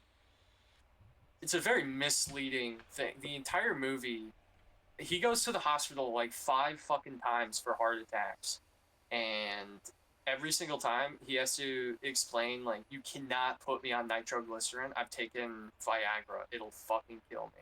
Keeps having to explain that, which is a funny gag. But for a romantic comedy movie, I thought it had some balls, and then in the last, like, 20 minutes, I was like, oh. Like, by the end of the movie, I was like, this is going to be I get it. Because the movie is about a playwright, and the playwright is not Jack Nicholson. The playwright is some old lady in her mid-50s. I should be allowed to call women old. I just want to fucking put that out there. I don't think anybody said Anyway. that you couldn't. Have they? No, there's so many stigmas about, like, you never ask a woman how old she is, or you never guess her age, because if you accidentally call her old, then she's gonna fucking hate you. Chicks do not like being called old. Nearly every single time I've tried to guess a chick's age, it's because she's asked me to. Just want to point that out. Anyways, continue about the Jack Nicholson Granny. Yeah, but that's the stereotype. This movie came out in 2003. It's like how in 2003 it was bad for a white chick to have a fat ass. Like, yeah, that's if you ever watch perplexing any of to those me. movies. Yeah, I never got it either. It's got to be racist. Anyway, so, seriously, it probably is. And so that's not the point of the movie. The point of the movie, she's like a playwright, and she's writing. They keep saying she's such a good playwright, and Keanu Reeves is in it, and he plays a young bull. It's supposed to be a sort of movie that plays on the rom-com stereotypes of, like, oh, the young guy gets with the old lady instead of the old lady instead of the old guy gets with the young lady. Like, it thinks that's going to happen, but then the entire movie, it's a very wholesome movie, because at every point you think a character is going to do something wrong, they always end up, like, doing the right thing, and, like, if you're expecting a character to spaz just because it would be dramatic, they don't spaz. They're just like, oh yeah, whatever. And so it's very nice. Jack Nicholson is a playboy. He just fucks a bunch of young chicks, and by young, like 25, like young for a 63-year-old. He's not like getting high schoolers. At least they don't show that in the movie. And then, okay, he gets a heart attack, and the mom has to take care of Jack Nicholson, and she's been divorced after like 20 years. And this is an example of a wholesome thing. You think like, oh, they got divorced, that the husband and the ex-husband and wife are gonna hate each other. No, the ex-husband is like her assistant, and they're like good friends, and he's like her consigliere because she's like a playwright, and he's like getting new pages done, and she's like they have a business relationship outside of it that seems to be flourishing. So it's like very wholesome. But she has to take care of Jack Nicholson, whom she hates because obviously Jack Nicholson is fucking her young daughter. But they never actually fuck. That's a plot line. He has a heart attack right before they fuck. And then the rest of the movie is just them slowly falling in love and shit, and it's so sweet. And this is why I call it granny porn. See some granny tits. They show me some granny tits. For real? Yes, Wow. yes. Jack Nicholson, it's like his first night there, all the lights were off, and he was trying to find the kitchen because he's a hungry fat fuck. And in the movie, both of them talk about like, oh, I only sleep for 4 hours a night. I never needed to sleep 8. And they both say that. And so he's out in the kitchen in the middle of the night, or he's trying to find the kitchen. Julia, I want to say her name is Julia Andrews, but it's not her fucking name. I'm trying to remember her name. It doesn't really matter. But she's like, oh, Jack Nicholson is finally asleep. I get to go skinny dipping in my pool. Kind of a bold move, if you ask me, honestly. I don't even jerk off when I have friends over, let alone get completely naked around them in a non-shower context. The hell? Agreed. It's weird. And then he's walking around trying to find the kitchen, sees her naked. I see her naked. And it's a funny line because, Jack Nicholson ends up having a funny line later in the movie because he's like, about that night, I didn't see anything except for your tits. It's like, that's crazy. It was very funny. It was very funny. And the whole movie, he's like, why do you wear turtlenecks? It's hot as fuck out. Why are you wearing turtlenecks? He's like, well, I just think they're comfortable. I like wearing turtlenecks. And then in the beginning of the movie, I'm jumping around a lot, but I swear, this is everything I'm explaining is so important. The granny has a younger sister, Frances McDormand. If you've seen the Fargo movie, it's the pregnant cop. The 3 billboards in fucking Wichita County, Missouri, or whatever the fuck it was called. She's in that. She's the mom. She's in a lot of stuff. I think she's hot, which isn't important at all to what I'm saying, but I was watching the movie and I was like, she didn't get a babe by the end of the movie. I should call her. Frances McDormand. Does she have Instagram? Do you think the 55-year-old lady has Instagram? Let's hope, right? So the whole movie is like, why are you wearing a fucking turtleneck, you weird bitch? And they're right when they meet, they're arguing like grandparents argue, like they're already an elderly couple, and it's like nice. And when they fuck, and they do fuck, really? When they fuck, yes, oh my god, it's so sensual. I was getting horny. I was watching this shit. I was like, yo. You got a semi for the Nicholson dick? Dude, yeah. Nicholson. It's like, I saw the movie yesterday. I didn't whack off to granny porn last night, but we'll see what happens tonight. I don't know. We'll see what happens. I might check some stuff out. But this is a hot granny, though. This is the thing, is like, this is a hot granny. So when I go on Pornhub and look up grannies, am I going to see her, or am I going to see exactly what I don't, the exact aspects of a granny I don't want to see, which is most of them. Fair. I guess if you were to look up any granny-oriented porn, maybe a part of the fetish would be how ugly they look. However, you might be surprised how many good genetics there are out there. There's some hot grannies. Listen, Dr. Jennifer Melfi, She's not a granny, but she's granny age. I'll slide her. Her kid's in college. That's a granny. She's got a wonderful voice. I could listen to her. She could say anything to me. I'd Oh probably my agree God. to it. Dude, hot. Oh my gosh. That's besides the point, but good God, what a bae she was. Respectable too. And very educated. Very educated. Very smart. Very smart. She's smart for a woman. Anyway, so the granny, when they fuck, to me, like, because the movie felt very feminist. Because in the beginning of the movie, Frances McDormand is talking about, like, well, it's interesting that, like, when guys don't get married, it's more so like when guys are like 60 and have never been married, it's more so a thing of like how empowering that is for him. But when a girl gets to 60 and isn't married, she has to become more interesting. The fact that she's not married doesn't make her at all interesting, whereas with the guy it does. And I was like, that's actually an interesting point. That is, I would say that's not untrue. And so I'm getting down to, I'm like, yo, this is interesting. And then I feel like it takes a hard 180 on that sort of like theme, because I was like, oh, this is a movie. This isn't just a rom-com. This is a movie about something very interesting. I was getting down to it. Jack Nicholson's in it. Meanwhile, he's just in it because he gets to make out with a hot 28-year-old and a hot granny. So he gets to make out with some chicks. And meanwhile, this 60-year-old Jack Nicholson, I think we know what Jack Nicholson looks like as an old man. Not the apple to everyone's eye for sure, but it's a sweet way to put it. Yeah. And I think he still gets like 20-year-old wives or whatever. Good for him, honestly. Fuck it. But then it takes a hard 180 on the whole feminist shit by doing. He finally got through to her. She doesn't actually like fucking. What are they fucking called? Turtlenecks. She doesn't actually like them. It's just a way. She's just shielding herself because it's supposed to be some sort of like symbolism that she's shielding herself and her like hot fucking granny body from connection by covering all of it and shit.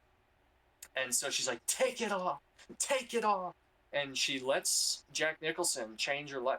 Like, the point of the movie ultimately is if you like being an independent lady post divorce, you're wrong, and you need to get with a fat fucking dude who will fuck your brains out and make you make you hate your life because of how much you love him. It's like, well, I don't know what to really take away from that exactly. I don't know what a man would take away from that. Because it's a woman movie, obviously. But yeah, so it like took a weird 180 on that, and it's like, oh, is this about independence or is this about like you should neglect your independence? But it's like I don't know, because it was made by a woman. By the way, it was a good movie, probably written by a dude. Now I'm fucking around. Women can make good movies. American Psycho. Psycho is a good movie. That's the one I always bring up. It is my favorite because I can't movie name any other ones made by a woman ever. It is great. I thought Eternals was good as fuck, honestly. The what? I liked it. Eternals. That was a Marvel movie directed by a chick. The lady got like an Oscar the year before for Best Picture. Oh, Eternals. I thought it was good. Yeah. I thought it was good. I thought you were saying Turtles. Fuck it. I was like, what the fuck? And then you said Eternals. It all clicked. I like Dodos. I thought that was the kind of shit you were on. I was just gonna let it happen. I do like turtles. I don't like the snappy ones. I'm so scared of them. Honestly, sometimes I fear turtles on the basis of like I'm not smart enough on turtles to know if this is a snapper or not. I know they usually got like a fucking. You can tell by like their mouth, but like, dude, I don't take risks like that, dude. They scare the fuck out of me. They're too quick. Anyway, granny porn. It's fucking hot. But the dialogue was good. But then the ending also throws me off too, because she gets with Keanu Reeves, and this is 2003. So in the movie he's 36. I don't know how old he actually would have been. Sounds about right. He honestly looked pretty young. I was like, yo, there's no way this is after Matrix, but it was after Matrix. He gets with her because he loves her plays and shit, and he's a doctor, and he took care of Mr. Heart attack Viagra guy. And then this is where it gets kind of hazy, because so much happened at once. It felt like the movie ended like 4 times, because they made a promise that like if we still know each other by January, then we're gonna go to Paris together. Or something. It was that. Because they both wanted to go to Paris, and Jack Nicholson was born in February, and so I was like, "Fuck it, let's just go on my birthday, the girl, because I'm more important, obviously." And and, and so he goes there. He goes there after 6 months, and he meets up with the Bae, and they're like talk. He tells a story. He's like, "Yeah, I went to the Caribbean to go on an island because I had another what I thought was a heart attack. I wanted to calm down. I was there for like 6 hours before I was like, this fucking sucks." So he interviewed all of the young bays he fucked and was like, what was wrong with me? What did you not like? And he discovered that like by doing this, he was giving both him and them closure or something. So in my head, I'm like, okay, he's trying to get the Bay back, but he's also open to just like being there just to end it. Then Keanu Reeves shows up. He's like, sorry, I'm late. Oh, they're still together? No. And Jack Nicholson is all sad. And it's on her birthday. It's on the Bay's birthday. And then, they kind of enjoy their time. He's like, I'll just leave. I'll let you go. I crashed your birthday. I'll just like let you. And they're like, no, you need to stay, dude.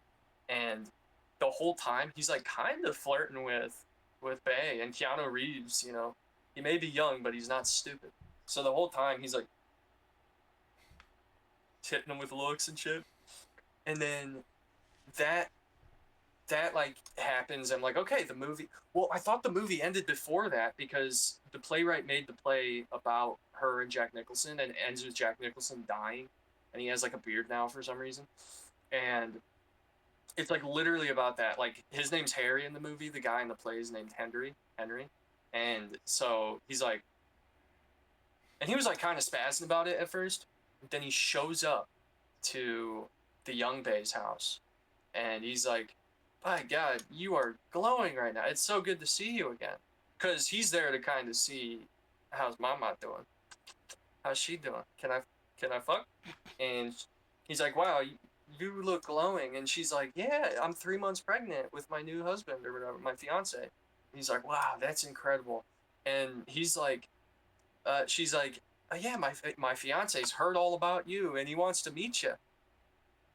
Dude, I'll be honest. Until I saw the guy walk out and he was like a Jewish looking like nerdy guy, I was like, okay, so he's gonna get his ass fucking beat. Jack Nicholson is gonna get his ass beat. It's gonna be like a buff dude who's like, you motherfucker, you fucking like just punch a Knock fucking him 63-year-old. out one hit. Oh yeah, dude. Because imagine, just fucking think, sitting in the car and you hear your bae talking about how awesome and nice her 63-year-old fat fucking ex-boyfriend was that like never even fucked her, but he's like the best guy in the world. Like, dude, oh my God. If you were to put up with that, oh fuck. Your pregnant bae talking about how awesome that 63-year-old she dated 2 years ago was, 6 months ago was. Holy shit. Wow. Shout Anyway, out to all the cuffs out there, dude. Every single one of them. Dude. Shout out to every guy who is still with a girl who is telling those war stories, dude. Those fucking war stories, dude. That's like hearing those stories is like hearing your dad talk about like the time he had to kill someone in Vietnam and he's like, I've never been the same person ever again. Hearing that from a bae is on the same level as that. It's just like, holy fuck, dude. I'm sorry I asked, bro. I'm sorry. Both for myself and you. Anyway. So he goes back. He goes to Paris, and this is where I thought the movie was going to end, and I was going to be like, oh, this is good. Because the movie ends with him. Well, how I thought the movie was going to end was him leaving after, like, saying some wild stuff to the bae, and Keanu Reeves is, like, at the taxi, just, like, it's, like, fuming. And so he's at the bridge, and he's like, look at me. I'm the princess crying at the end of the story. And I'm like, oh, I get it. I get what it's doing. Because, like, these rom-com movies, girls like to have self-pity too. So some of these rom-com movies end with the girl missing out on the guy she always wanted and having to become the mature person and let them go. And, like, I just want to feel bad for myself. Oh, gosh, like girls like stories like that too. You know, guys like stories where like we die at the end and like, oh, it was all for the mission though. Yeah. Girls like ending up alone, and it makes them powerful at the end of the story. So I was like, oh, they're doing the opposite. They're playing on that. I see a taxi roll up, Bay walks out. I'm like, so this is just a rom-com movie. I was this close to being like, this is an actual movie. No, just a rom-com movie. Yeah. Like, you know how there's like action movies that really feel like they're more than just an action movie. Terminator 2, Aliens, fucking First Blood. I wanted to call it Rambo First Blood, but that's technically not true. It's just called First Blood, guys. I'm not a LARPer. Don't shoot me with a gun. Old Boy. Old Boy. That's a good one. Very good one. And some movies elevate above their genre, and I thought Something's Gotta Give was gonna do something that really got me thinking. I'm probably not gonna think about the movie ever again because of the ending. It's just like, oh, it's just a rom-com movie. Jack Nicholson was funny in it, but it's just a rom-com. That's all right. It's unfortunate. It was so close to like really getting me. I think Something's Gotta Give. I think I still do want to watch it. What is it called again? Something's Gotta Give. It's a very funny movie. And I would say, I don't know, I've seen plenty of like rom-com movies or like lady comedy movies. And this one actually touches on like feminist shit. And I was like, this is interesting. Whereas like a Ghostbusters, like, I don't know, it doesn't even do the feminist aspect is that there's girls in it. You know? Yeah, it was just like, God, that's really like my least favorite part of the movie. It was just them doing the first movie again, but then just making fun of themselves the whole time while everything was happening, or just making fun of the things that were happening, which isn't, I guess, totally on its own a bad thing. Just the way that they were doing it, it was like, did they want to make a Ghostbusters movie? It feels like they're all fighting their own movie, is what it felt like. None of those actors are bad. That director isn't bad. Everybody on the movie are good. They're good people who are doing a good job. Leslie Jones is a little mean a few years after that movie came out, however, all good, fine actors, fine people doing their job. Dude, she was so mean. Dude, when they released that Ghostbusters Afterlife trailer, she got so mad that she was not going to get a female Ghostbusters 2, and she was taking it out on the kids. She was like, fuck these kids, fuck this franchise. It's like, whoa, dude, you were the only good one in the movie. Why are you the meanest one in real life? What? That is funny, though. That is funny to be like, yo, and fuck these bitch-ass kids, too. She may have not said bitch-ass, but she might have. You never know. She might have. But it's like, yeah, I feel like, because also you brought up something good. Yeah, I do like the director. Bridesmaids is a funny ass movie. Paul Feig, that's a funny movie, and a lot of those same actresses are in it. Like Melissa I like Melissa McCarthy. She could be good. I'll admit it. Who the fuck I else watched is Mike in and it? Molly. Kristen Wiig. She's got a little sass. Kristen Wiig's good. Yeah, I thought Kristen Wiig in the movie was good. I just didn't like some of the things that I felt like they forced her character to say. And when I say forced her character to say, I mean whatever Kristen Wiig improved on top of her already existing lines, or Paul Feig is saying, try this. This would be funny. This would be good. I'm gonna make housemaids. This is funny. It's a good impression. When I hate somebody, I know how to talk like him. But dude, my fucking microphone is flaccid, dude. I have to hold it by the shaft. The comparison I was making with the Ghostbusters was like they were pretending it was like a feminist movie, but it's really not. You know, whereas like this movie is like, it actually is about these sorts of things, and it's about the dynamics of men and women, and like the because like seriously, I never really thought about it that a dude like culture, like in this society, like a married chick does have to become more, or a divorced chick or never married chick has to become more interesting with her career and shit like that compared to a non-married dude, because just being a non-married older dude kind of gets you some paying from weird chicks who have issues that they're dealing with in the wrong way. Mm-hmm. So it's like that's something to think about. Whereas like, what is feminist about Ghostbusters other than having women in it? It's like saying oh god, oh god, oh god. Okay, I don't. It's like saying Iron Man 3 is a deep movie about race and class structure because the Mandarin is played by a fucking like not Chinese guy. It's like that. I understand what you're saying. I do agree with it. I will, because the words I was about to say was the only feminist thing about the 2016 Ghostbusters was the fact that it was made. The film doesn't actually, like, if I was a woman, I would be embarrassed that this movie was associated with me. That I had to with find people who worked on this movie, find people.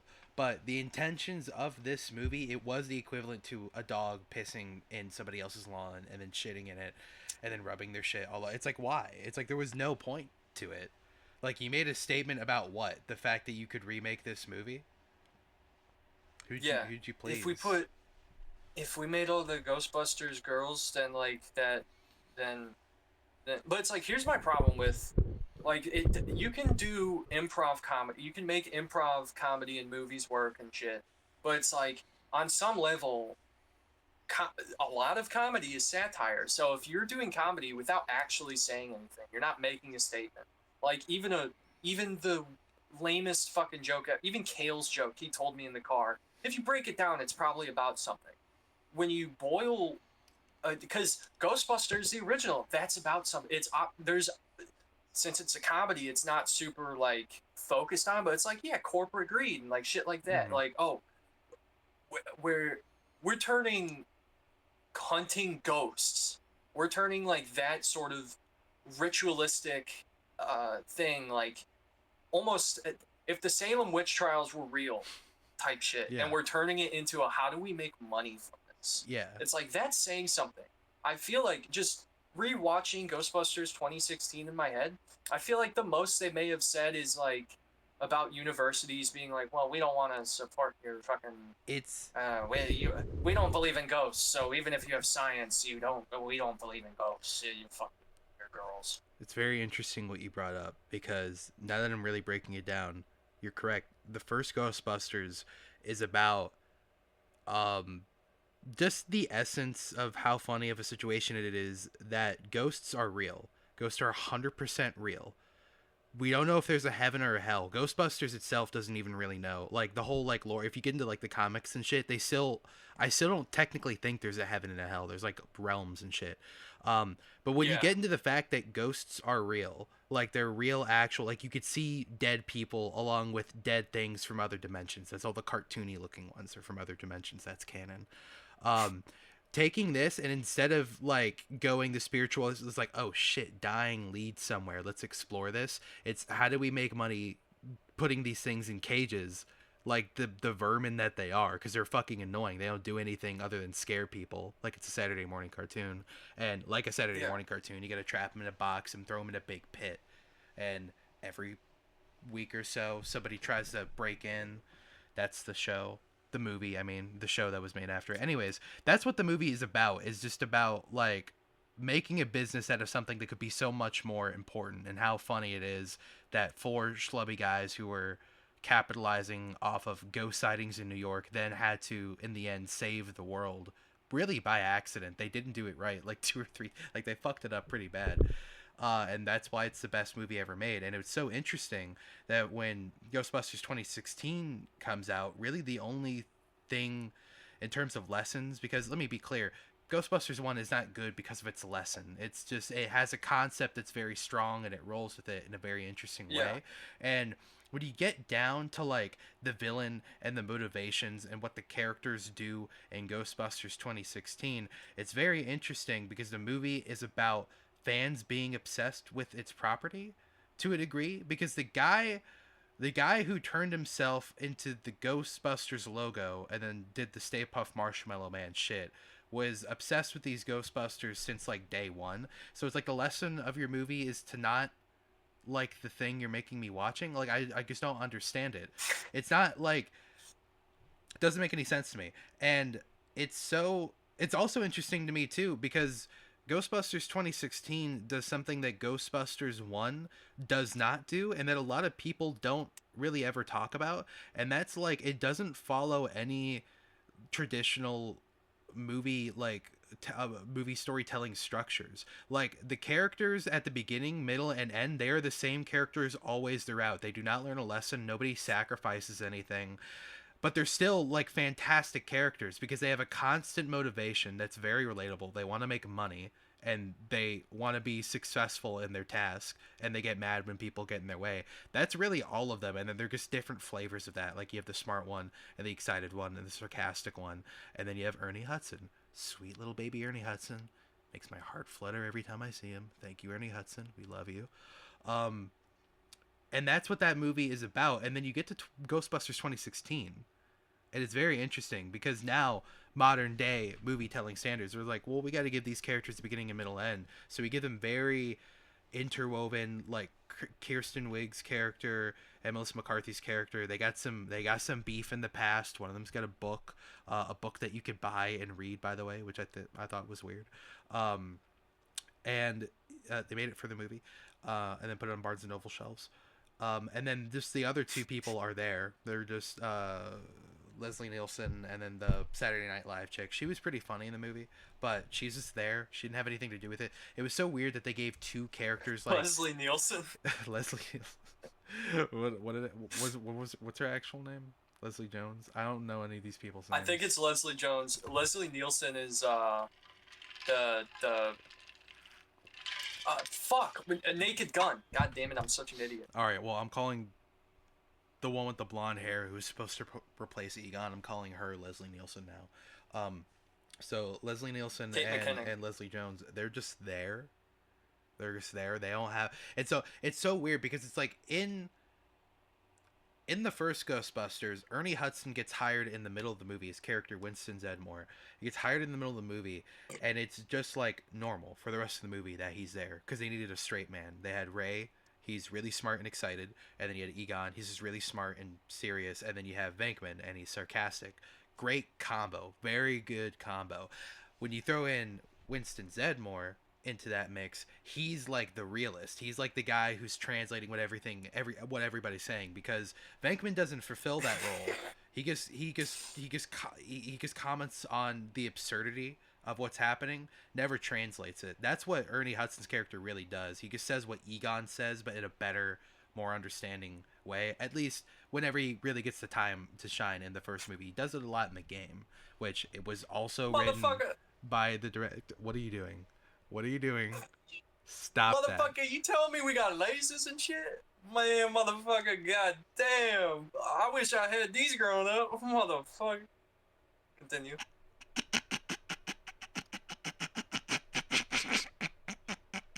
That was so bad. That's so bad. What was the purpose? I don't know. You just make people mad at you. I don't understand why do you pick fights and shit and then people get mad at me? Because I'm the one with the round fucking face.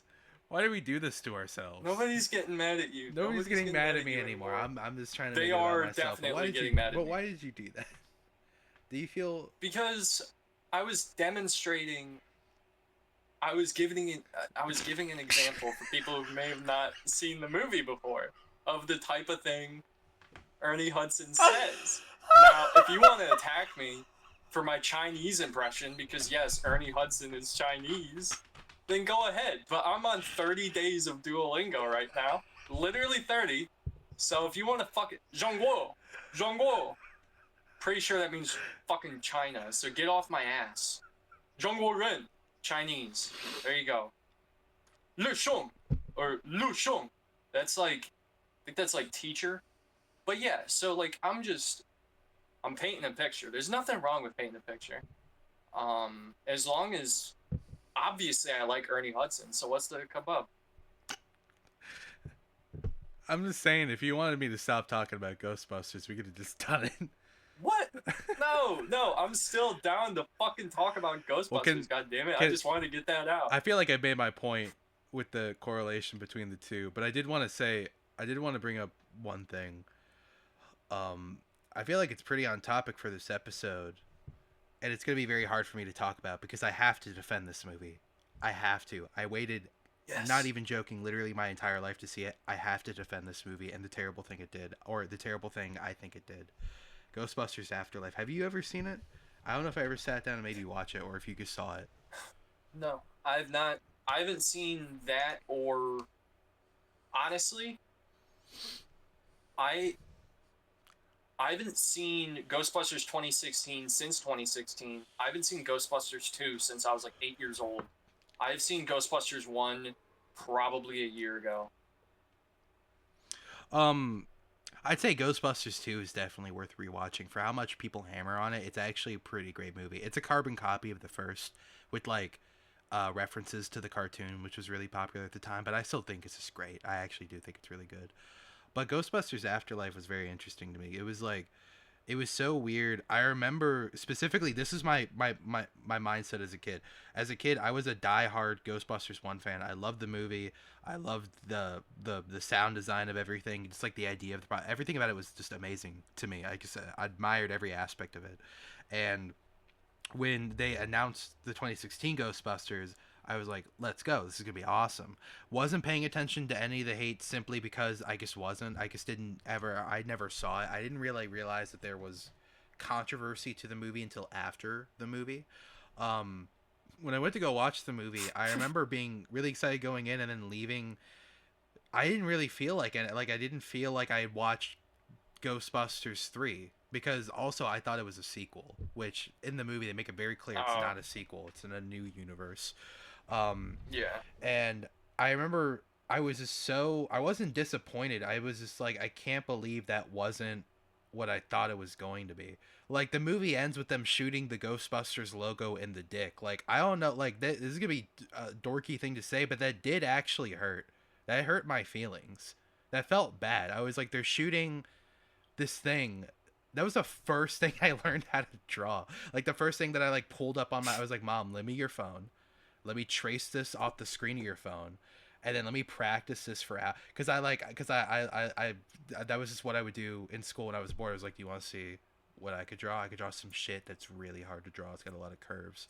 And they were just shooting it in the dick, and I was like, what the fuck? I felt like somebody punched me in the stomach, and I felt really disappointed. And I remember, I don't even think it was more than like 2 or so years later that they had dropped the 15-second teaser for Ghostbusters Afterlife. It was just them zooming in on a barn with the Ghostbusters car in the barn with like a rag over it.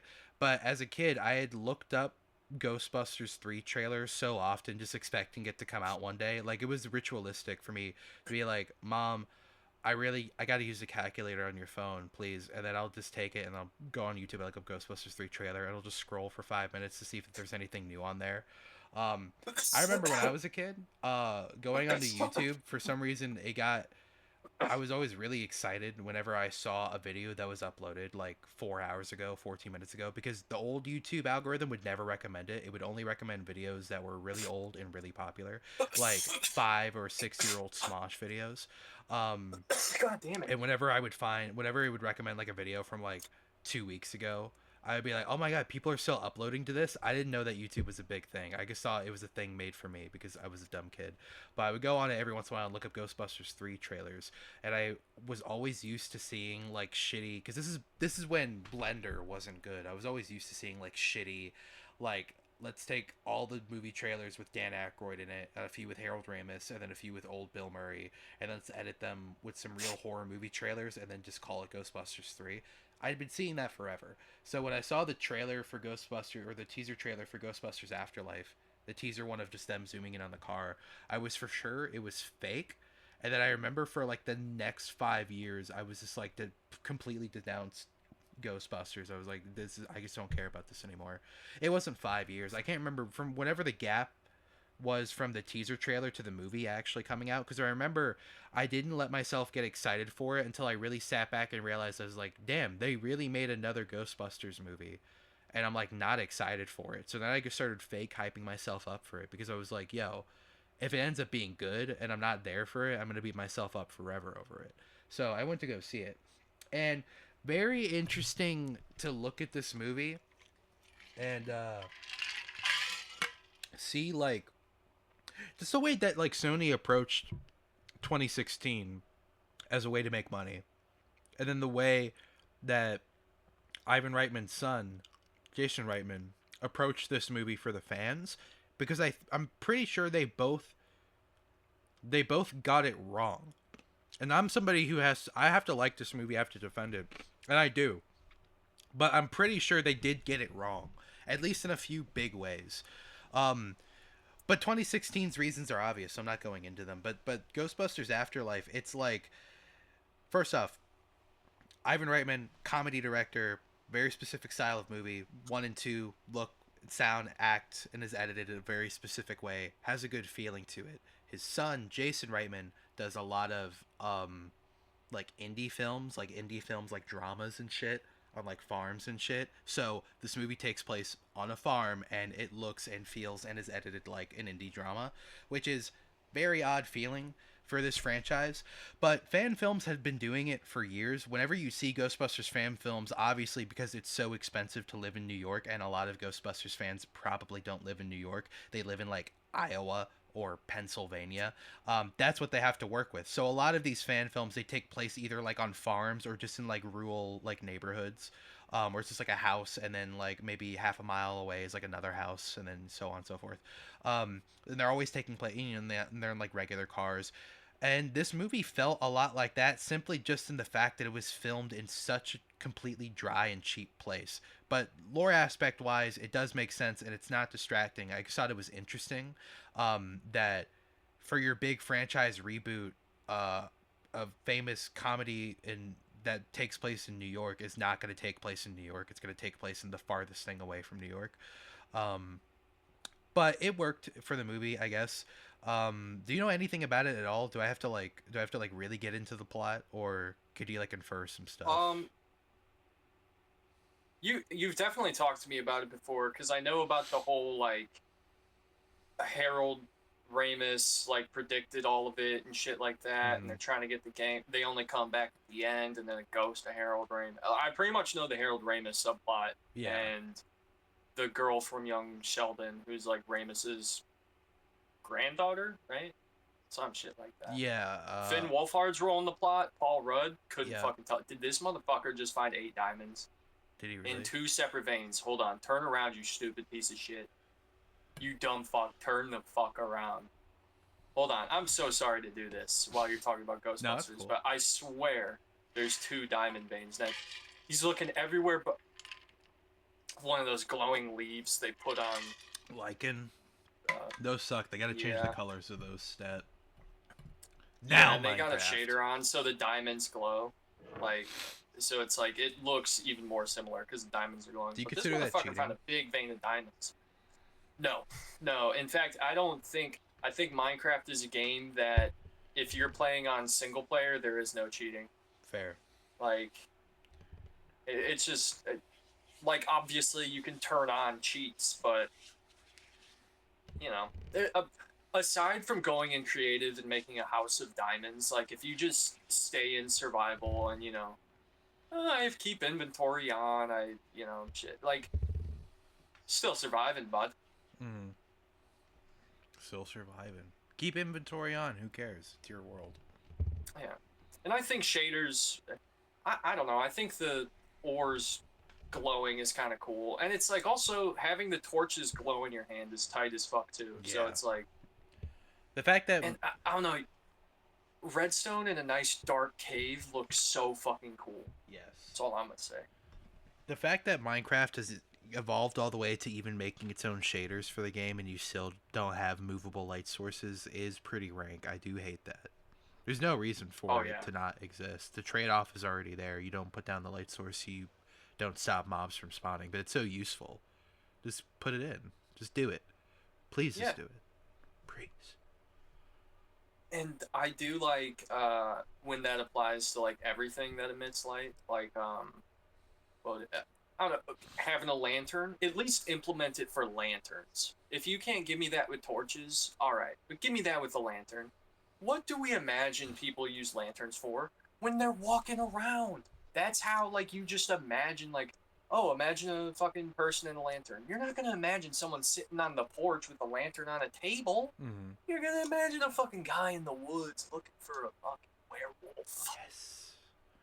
Now, to be Just fair, found more diamonds. there was a really old version of the game that Notch made where lanterns were a thing. It's just they looked really bad, but they did that. They were a light source you couldn't place down, but you could move with you. It's just it would look like somebody placed a light block like 3 blocks in front of you and then moved it at like 2 frames a second. It didn't look very good because Minecraft couldn't deal with shit like that back then, but it could do it now. So now there's just no excuse. Oh yeah.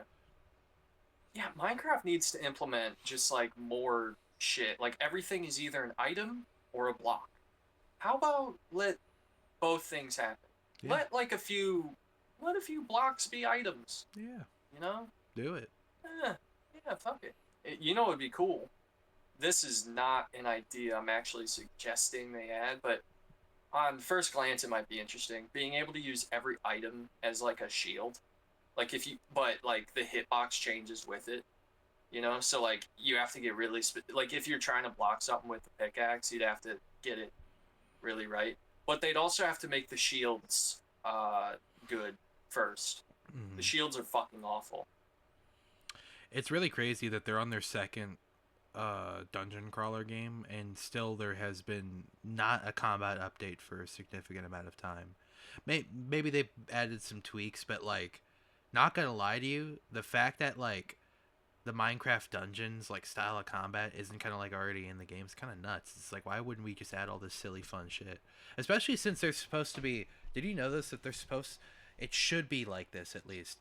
That Minecraft dungeons having shit and regular Minecraft is gonna be like parody now. It's gonna be parallel.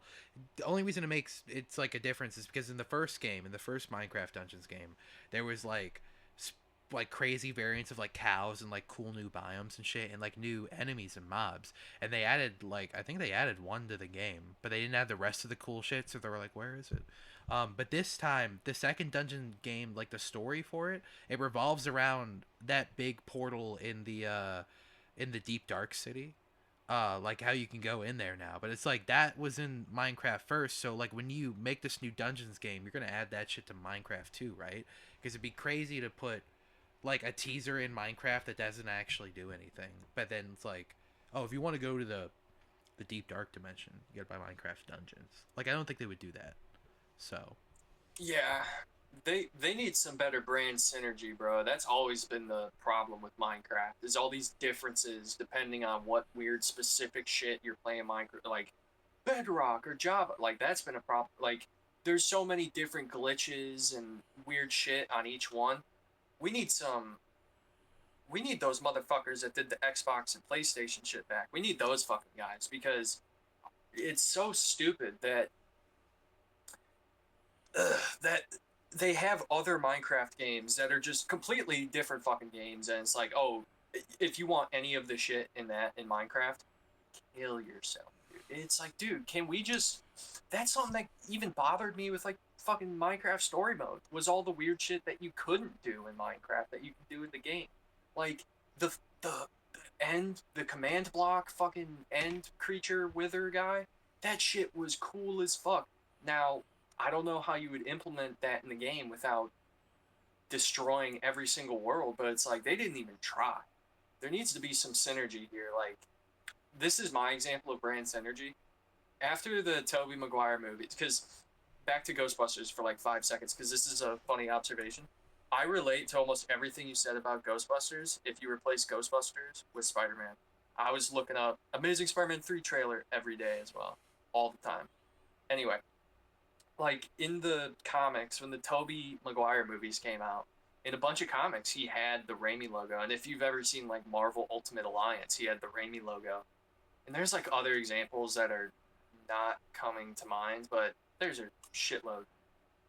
Especially if you don't just go off Spider-Man. But it's like Minecraft needs that, because right now we have like 7 different fucking Minecrafts with like story mode, all the shit in dungeons. I'm gonna count Hightail.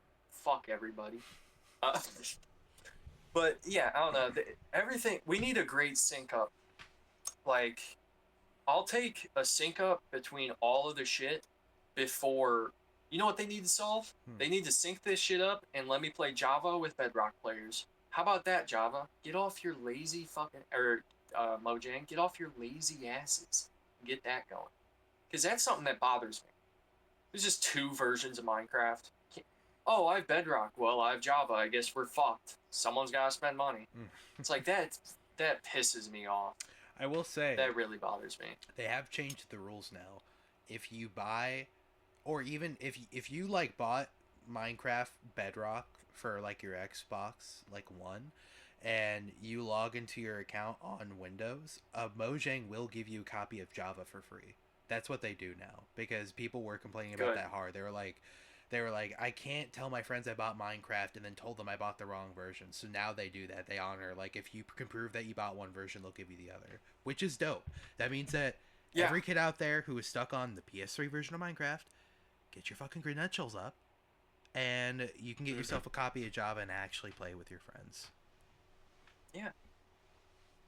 Because I remember when that was a limited time thing, it was a thing of like, if you bought Minecraft before, like, I don't know, whatever year it was, like 2020, then you got Java or Bedrock, like vice versa. Because I think I had Java and then they gave me Bedrock. Because I had Java in like 2017. Just whacked my face with the microphone. But yeah, we need them to sync up already. I'm seeing people on Roblox making cross compatibility between Roblox, Java, and Bedrock. I'm dead serious. I've seen this where someone's moving on a Java world and it's moving for the person on Roblox, and I've seen someone like, and it goes all 3 ways too. Like the person on Roblox showed up in Minecraft and was moving around like the Roblox character in Minecraft, all 3 ways. It was nuts. That's the metaverse. If you can do that, that's the fucking metaverse. Bro, we need Roblox developers to stop talking to kids and work at NASA, for fuck's sake. Like, it's getting to a point. Mm-hmm. You know what I mean? I agree. Every week I hear something else about these Robloxers. Fuck that. That's nasty. Work at NASA, you fucks. It's a thumbs down for me out of 5.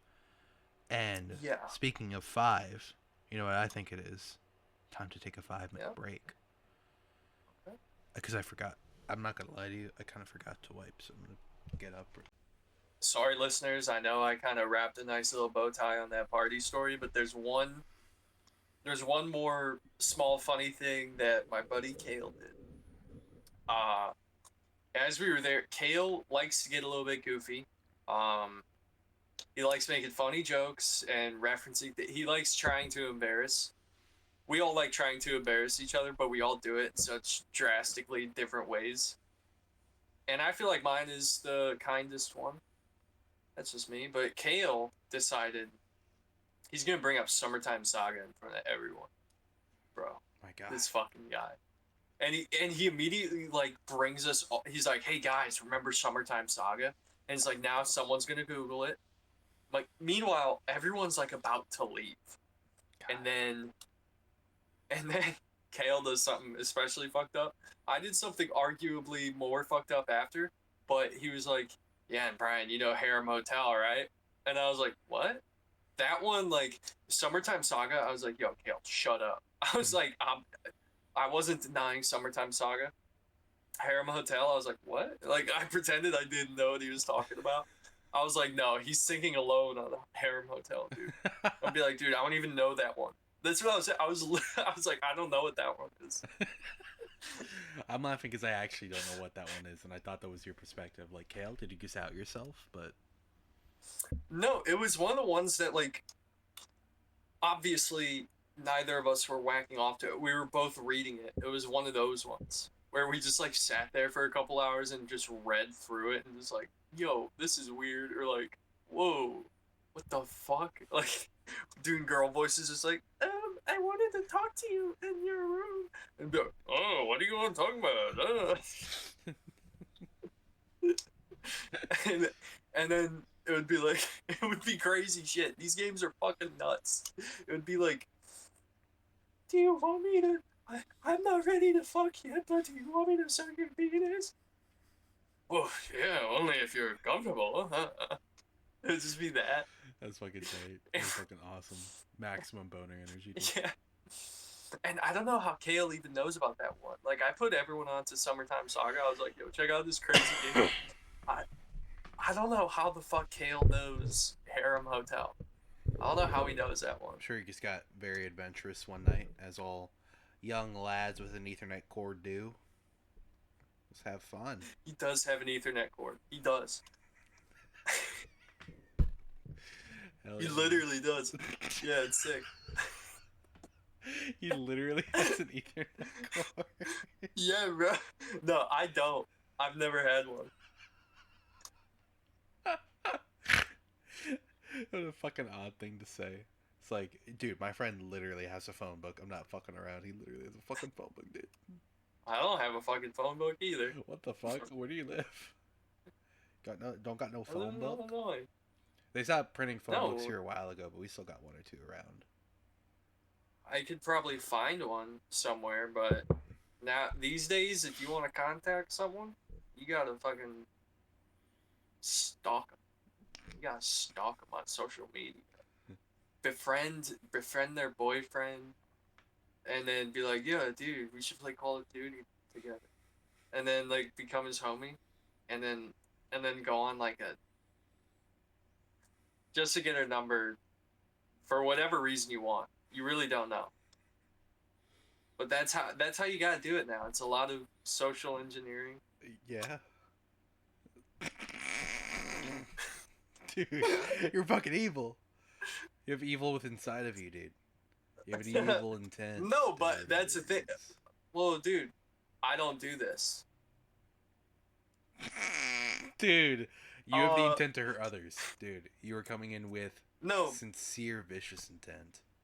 And it's freaky. No, but I did watch Mindhunter recently. Okay, last thing about the party. I was trying to get Kale to watch Mindhunter because he and I, we watched True Detective and we both really liked it. It's like, yo, this show fucking rocks. Mindhunter is not the same thing, but it's kind of close enough, and you're like, dude, this is fucking tight, and it's based on a real story. So as I'm telling Kale, dude, you gotta watch this show, he just walks away while I was talking to him. What the fuck? And I was like, what the fuck is he doing? In front of people, too. I was like, did you guys... Because I was talking to my buddy, too. Like, I was telling both of them to watch it, and he just walks away. I was like, yo, what the fuck? And it was because he wanted to... When they brought out this... There was, like, a six-pack of, like, the bottled Bud Lights or something, and Kale was, like, so excited. He was like, yeah, let me get one. Fucking takes, like, 2 sips. He's like, I don't fucking like this. And so I'm trying to tell him to watch Mindhunter. He goes and walks away, pours it in the grass, and comes back. And I'm like, Kale, what the fuck was that? He's like, dude, I don't like it. The fucking nerve. The nerve of Kale. But anyway, I saw Mindhunter. That's just put me in an evil mood. I'm just so evil now. No, but it's about 2 detectives. It's based on a true story. And, man... For a show about detectives, the things that get you so, like, amped up, like, yo, that was a fucking awesome scene, isn't the shit like True Detective, where, I don't know, there are awesome scenes in True Detective, and the awesome scenes in Mindhunter are awesome in a different way. Like, it's just like a 10-minute long scene of these dudes coming, well, it'll be like an episode of these dudes coming up with a theory, then they talk to some fucking crazy guy who did some wild shit, and then their theory turns out to be right. They're like, oh yeah, this guy definitely did it for this reason. And then they're talking to him, and they think they don't get him, and then he's like, my mother was a bitch. And you're like, oh, that's what they said. Yo. And and it's just so good. And the dynamics of the 2 detectives, because one's like young, and the other one's like already in the middle of his life. He has an adopted autistic son. and kind of a hot wife. Nice. She's a little weird looking, and I like it. Pretty cool. Well, not like weird looking, but it's like 70s hair. So it's like you can't really pull off those crazy voluminous curls yeah, with the face she had. they're of their era. Yeah. And I didn't know this. The show is about the people who came up with the term serial killer. I thought that was a very old term. That shit was made in like 1979. Because we weren't really ever studying like these types of people at any point, and everyone was fighting against it like on the higher up level. So it's kind of about, because they're trying to catch the BTK killer. Bind, torture, kill. That's what BTK stands for. And the show had 2 seasons. It was made by David Fincher, Gone Girl, Zodiac, Fight Club. I always forget the fucking last one. 7. That fucking guy, the killer with the Magneto in it. And it's just a 2-season long show. Netflix gave it too much of a budget. That this was in the era of streaming where they weren't making a lot of money from their original shit in general. So they make this good ass show with David Fincher, give it 2 seasons, and then cut it off because it wasn't making money like every fucking thing else on Netflix. Except Big Mouth, I guess. I guess Big Mouth was a flourishing, massive win financially. It must have been. It's the longest running of their shows. Either Nick Kroll is sucking Netflix CEO's dick. Actually, let's just leave it at that. Allegedly. Didn't hear from me. Allegedly. But yeah, the show's very good. I liked it a lot. I watched it in like a week. And it's like 10 episode seasons. Each episode's like an hour, 45 minutes to an hour. Apparently very accurate to the facts, very accurate to the book. I sent you the book, actually. I'm gonna listen tomorrow. I'm gonna be listening to it. Yeah, dude. Very good. We're never gonna see the conclusion of how they catch the BTK killer. So get the audiobook, Mindhunter, by the fucking one guy. Mindhunter. By Mindhunter, man. Mindhunter Inside the Serial FBI Killer Unit by some guy named Joe, I think. Check that out. It's about 15 hours. I don't know how many pages. Watch the show. Or don't. Pretty good. You should watch it. I'll think about it. I'll think about watching it. I will say, unfortunately, I did give up on True Detective Season 2. Not that it's bad. Just, it's what happens with all these shows. It's just I miss watching it one day and then I don't. But Season 1 was very good. It's very close to me. I think I'll probably just skip to season... Well, I might watch Season 3. Season 3 looks good. It's got a calm black man in it, and that's really my favorite thing in media. Oh, yeah. But I might just skip to Season 4 just to see what it's smelling like, just to give that a whiff, you know? Good old hearty whiff. Seriously, though, you gotta watch You got Netflix? I don't. No. Oh my god, nobody fucking has Netflix anymore. And they don't probably even gonna have get ads. Netflix, though, because they got that new Ghostbusters show coming out. By the way, my trans coworker who talked me out of buying a Netflix subscription, you were successful in convincing me I shouldn't buy a Netflix subscription, but I am still going to buy one, and I'm sorry. I don't care about whatever they're doing. I just want to watch like the 3 or 4 shows I've been hearing about for my entire life that I haven't seen because I don't have Netflix. I'm just gonna do it for like a month. But that's me. 13 Reasons Why. Mindhunter. Big Mouth. BoJack Horseman. I still have to finish BoJack. I got all the way up into the last season, and then I didn't finish the last season. I don't know why I didn't. I haven't seen Big Mouth or BoJack Horseman. Dude, Big Mouth sounds like a fucking creepypasta. I watched Big Sounds Mouth like Wide Mouth when I was a kid, when it came out. I watched it when I had a friend on Instagram who gave me their Netflix account, and there wasn't like anything on there that I looked like I cared about, but I remember seeing Big Mouth because of all the videos of people telling me to not watch Big Mouth, which was the only reason why I watched Big Mouth. Which, by the way, I don't know if those people know or actually care about like whether or not people go watch that thing that they're telling them not to watch, but every time they tell me not to do it, I do it just out of spite.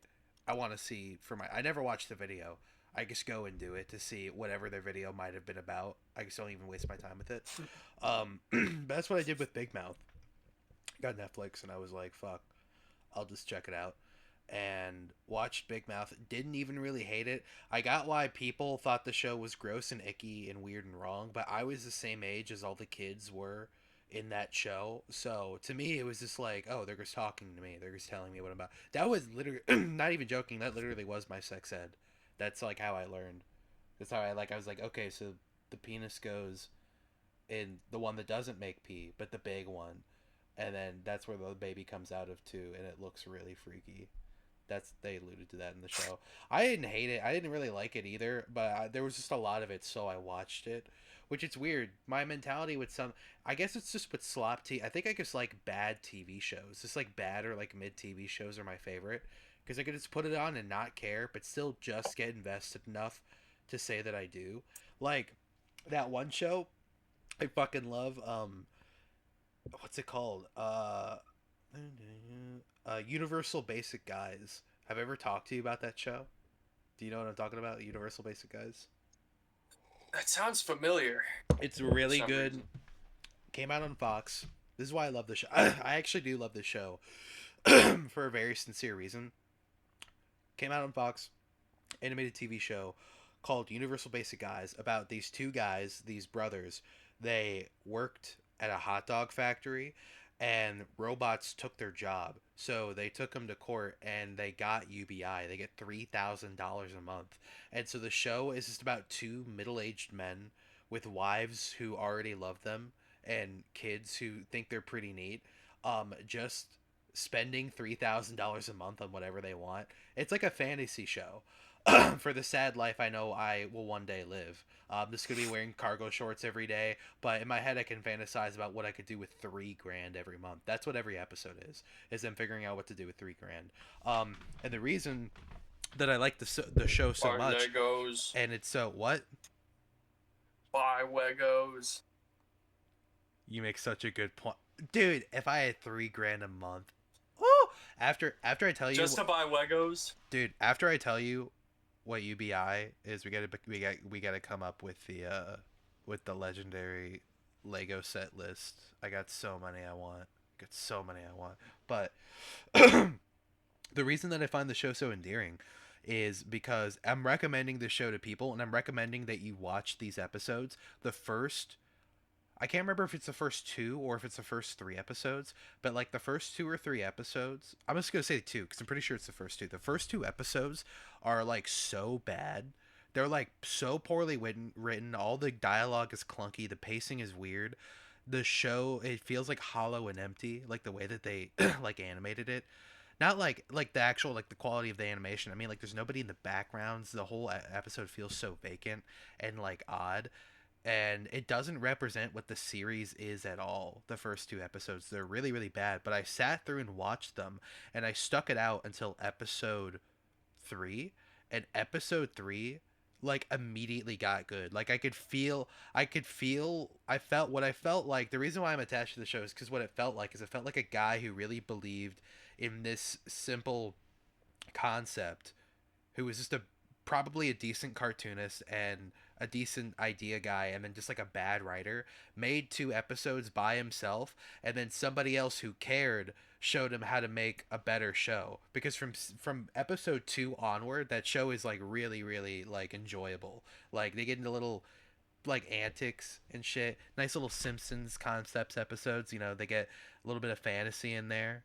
They get pretty real sometimes. It's pretty dope. They do silly shit. I like it. It's a very decently funny show, and for the concept just being 2 or 3 guys just doing whatever they want all day, It's got a decent amount of structure that you could really sink your teeth into. When I say that, what I mean is that the main characters have extended family and they visit them sometimes. So now I feel like the show's universe is bigger than it actually is. I'm very easily impressed. But I recommend this show. I'd say everybody give it a watch. Maybe don't watch the first 2 episodes. Just skip to episode 3. It's about sex dolls. It's a good episode. Now I like that. Yeah. Yeah. I like that. Yeah. It's a good episode, actually. Speaking of sex dolls, I saw this. Oh no, I retract what I just said. No, I'm really? going to be talking about Born on the 4th of July. I forgot it was about a real person. I thought it was a fictional story for a second. Oh. It's not. It's about a man, Ron Kovic. He was a young man. He was a wrestler in high school or whatever. And he was like, he played baseball and as a kid, and he had a bay. Yes. But this is how the movie presents it. It's it's a good movie. It's directed by Oliver Stone, but it's kind of funny in certain parts. In certain parts, it's not funny at all, but at times, the way things are edited in the movie, it's pretty funny. But he loses in like the championship game for wrestling. This is Tom Cruise now. This is Tom Cruise we're talking about. Young Tom Cruise, 1989. Sweet Tom Cruise. And Tom Cruise. he loses in like the last second. And then because he was like, fuck, I lost. When the military dudes came up and were like, hey, we need soldiers for Le Vietnam, he was like, well, if I can't win in wrestling, I can be an American hero. He didn't know a lot about Vietnam going in. You know, I doubt any of the soldiers did. So Yeah. he goes in, and this is how it happens. Like, he tells his family, like, I'm going in. I'm ready to sacrifice my life to fucking stop the communists, goddamn. And then it just shows him in Vietnam. It's his second tour.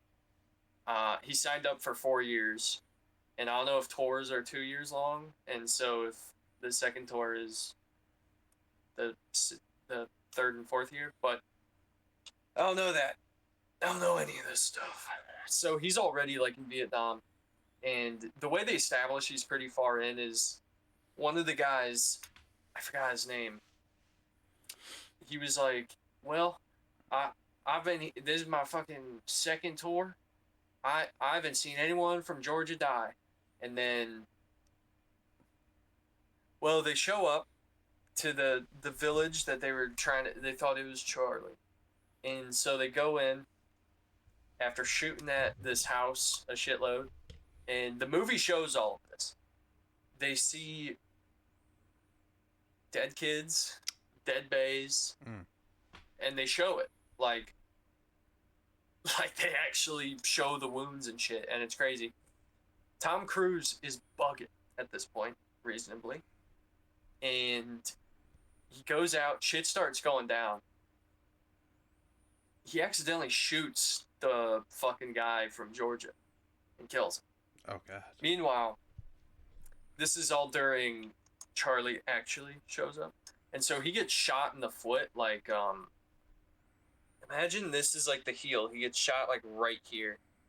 And then he gets shot in like the shoulder. I'm assuming he got shot a third time because the rest of the movie he's paralyzed from like his arms down. Like he can move his arms and that's about it. And then, because the movie kind of jumps through time pretty quickly and it kind of just gives you one long scene of Vietnam and then you're out of it. One long scene of his upbringing. One long scene. Oh, this is like kind of a funny moment. This reminds me of me as like a young boy. He he kisses a girl on the 4th of July and he's like young and then he's like, the girl's like, what do you feel about it? And he goes, I don't know. You want to see how many push-ups I can do? I thought that was funny. That's like Pretty good. that seems like a real moment. Like that's probably in the book. Um. Anyway, so he gets shot and he's like paralyzed for the rest of the movie. He gets back and he's in like a hospital. He almost dies and he gets in a hospital and I don't know. I don't know how these hospitals were, but they're pretty bad, it seems like. So like he would just like lay in his shit for hours because nobody would check up on him because there's so many people dying, and then they would like hang him. The way one of the treatments they had was like putting your bed on like sort of a circle thing, so then you could roll and hang upside down, kind of like as if you're at the spa, like laying it like that on your belly, but like floating, because they thought maybe that would help with paralysis. But then you're just like looking at your own vomit because they've been spinning you around and you're upside down, kind of, and you just puke, and now you're just looking at your vomit for hours. Ugh. And it's not good. And there were people, because by this point, he grew up in a small town, so he wasn't exposed to a lot of the anti-Vietnam shit at the time.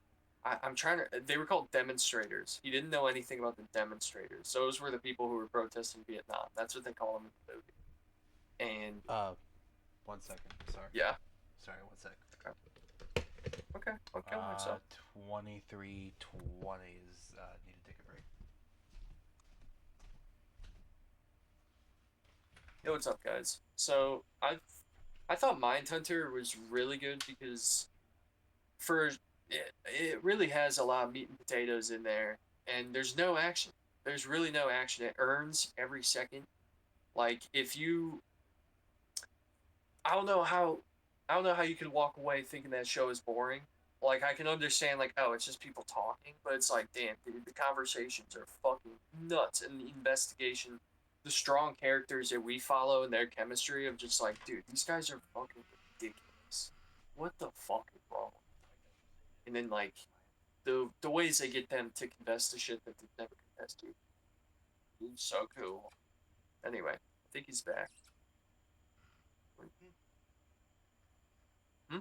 What?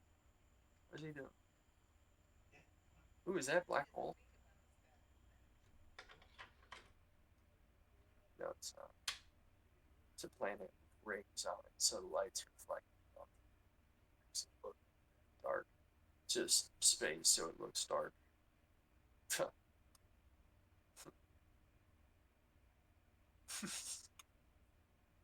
Fuck, I'm probably gonna cut all this out anyway, but Mindhunter, I'll give like a nice 9 out of 10. I want to see that story finished, but I never will, unfortunately. I never will. And that sucks. That really sucks. Mindhunter was such a good show. I'll never see it ever again. Oh, is he back? I think he's back, guys. You guys don't get scared. He's fucking back. He's back. Oh, I see him. I see him. I saw him in the mirror. There he is. Oh! It's puppy action, dude. Pure puppy action. Oh, Natasha. the dog. Natasha.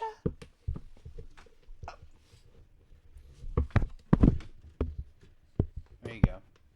You got it. All right, this worked out great. Screw it. Yeah. I thought somebody was fighting her outside. That's why I had to go and check. And no, she was just peeing, and everybody was going, "Yes, pee." Don't do that now. Don't do that now. There we go. So what were we Born talking on the about? 4th of July. Yeah. The movie, Tom Cruise. And so he's in the hospital and he's not doing too good. And he finally comes back home. And the movie is kind of weird with time because it kind of feels like it takes place over a longer period, but the movie takes place over like 4 years or something, other than the shit at the start when they're kids and whatnot. Because he was born on the 4th of July. By God. Yes, he was. Ron Kovic. And he's finally home. He has dinner and with the family. He had like 5 siblings. And I think like the second oldest one was anti-Vietnam. So he's like, you don't know. You been there? Have you fucking been there? You don't know. You don't know what's going on. And mind you, he's in a wheelchair, so he's like, it's not funny. He's like trying to get to him and like get in his face, but he's like bumping into shit. So you don't fucking know what was over there. He's like, and the younger brother's like, you don't fucking understand what I'm looking at either. Like, and then the next scene is him meeting up with his old bae, the one that he kissed in like the beginning of the movie, and he went to prom with. Like, he wasn't gonna go to prom because he thought his bae had a date, and then he's like, fuck it. He runs through the rain, goes to see her at prom before he enlists, and like dances with her, covered in sweat and like a fucking flannel. And then he sees her again in the wheelchair, and they're doing bae shit. You know, they're just hanging out, and she's like a hippie, and I could tell that she was gonna be a hippie just by her hair. You know what I mean? She had like the hippie hair, the curly hippie hair, the energy about her, and kind of a and she had a hippie face and all that shit. And then he goes to like one protest with her, and the black dude from Daredevil is in it. The show Daredevil is in it. And he's just like kind of in the background, and he says some shit. He says one thing on like a megaphone, and he's like, man, fuck this school. They don't fuck with me, motherfucker. I forgot what he said. And something powerful. God damn it. Imagine. He said something powerful because they were all protesting Vietnam War. And the last thing we saw of Tom Cruise 5 minutes ago, he was like, you don't fucking know what happened in Vietnam. They're fucking heroes in Vietnam. We're doing the right thing. We're gonna kill the fuck. What, you a communist? And the next scene, the cops show up and just tear gas the entire fucking crowd. And he's like, what's happening? He's in a wheelchair. He's like trying to get up the stairs. He's like, what the fuck? What's happening? What's happening? He's looking around. This is a terrible idea. I'm really sorry we did this. Sorry, I stopped the podcast to do this thing I thought was gonna be great. Stop biting on wires, man. What's happening? I forgot the girl's name. Where's Becca? And then we just like never see her again in the movie because it just time jumps like a year, but it's like I feel like so much happened. And so now he's like straight up tweaking the fuck out. I think it was just like 6 months later. It's like he's a full-blown alcoholic now. Aww. He's like a full-blown alcoholic now. He's trying to pick up young chicks at the bar, and he's in a wheelchair. He's trying to pick fights with people. And he's like, you want to go? He says to the girl, you want to go to Mexico with me? We can go to Mexico right now. Because apparently Mexico was really good to like Vietnam veterans or whatever. The whores would fuck. They would fuck. A lot of Vietnam veterans would just go to Mexico because when they would come back to America, like people would look at you differently. Like, oh, you were a veteran. What did you do? What evil shit did you? Like, that's just how they were treated when they showed. Like the old baby killer thing. And so, yeah, you just never know. And so they went to Mexico. Before you came up with the term serial killer, man. It's fucking nuts. Crazy shit goes down, I'll tell you that. I'll tell you that much. And a bag of chips. And a bag of potato chips. He goes to Mexico. There's a lot of good actors in the movie. He goes to Mexico. He meets Willem Dafoe, who is also a Vietnam veteran. He just meets up with a bunch of dudes in fucking wheelchairs, and it's like, listen, man, I know you think you're never going to come again, but they'll suck your fucking nipples in a way that you won't even fucking believe. You'll be coming without coming. Oh my God. And that's like actually part of the plot is like he gets it's really funny because mind you the movie takes place over 4 years. If they didn't tell me that, I would think this movie takes place across like 10 or 15 years. It takes place across like 4. So he's in Mexico. He fucks a bae. He fucks a nice hot bae in Mexico. Willem Dafoe is like, yo, just give him 60 pesos and you can fuck the shit out of him. Keep one hand on her titty and one hand on your wallet. That's what he said. I swear to God. Oh my and God. So he fucks this chick. And mind you, Tom Cruise, it was an Oscar winner. I don't know if Tom Cruise got it for it, but he was going for it, is what I'm going to say. He, like, got the fucking receding hairline and shit. Like, his hair looked crazy. He had fucked up facial hair the whole time. And then She fucks him, makes him come. He's like, yo, it was great. It was great. Then he tries to like fucking marry her. Yeah. I gotta let this dog outside. She's biting shit. I'm sorry. We're reversing this terrible decision that I have made, and I fully take credit for. I don't know, she's got her fucking jaws on. Hey! What are you eating down here? That is all buterol. Get that out of your mouth, dude. Stop. Get that here. Come on. So, listeners, No, come on. the movie is good. I recommend it. It's on Netflix. Here. Same thing with Something's Gotta Give. It's a good little romance movie. I'm not normally into those. I don't really watch a lot of biopics about like people or like history pieces. I've always been meaning to, but I don't do it a lot. Both movies I recommend, honestly. These are movies that I didn't anticipate watching. I just jumped in. I was like, fuck yeah, let's do it. Very nice. So, so if you ever get a chance to watch these movies, I think you should watch them. I think Born on 4th of July is based off a book. So if you ever feel like reading a book, I recommend that. It's a good movie. And he's taking the dog away. Fuck. The Euphoria article is going to come out soon, I promise. I want it to come out. It's just, it keeps getting bigger and bigger. And it sucks. It really sucks. I don't like the show. I have so much to say about it. Eventually, it's going to come out, and you guys are going to be like, by golly, that's a good article. Good job, Bryan. We didn't ask for a fucking novel, though. That's what y'all are going to say.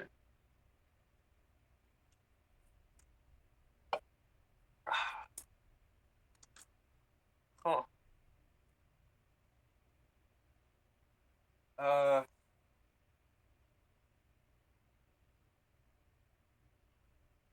Just gonna cut this out.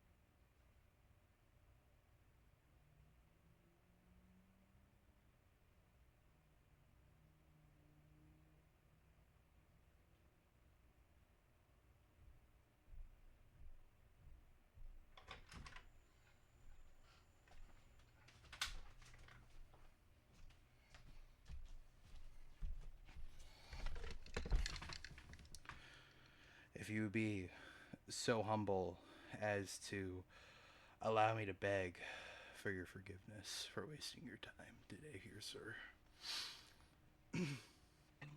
I forgive you. Thank you. So, Thank you. Vietnam vets. she goes to fucking Mexico. Fucks a whore.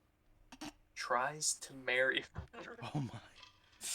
Literally, like, again, this is why I think it takes place over much longer than it actually does. He tries to fucking marry her because she sucked his nippies so good and like kissed him so good that he like busted it. And I was thinking about that.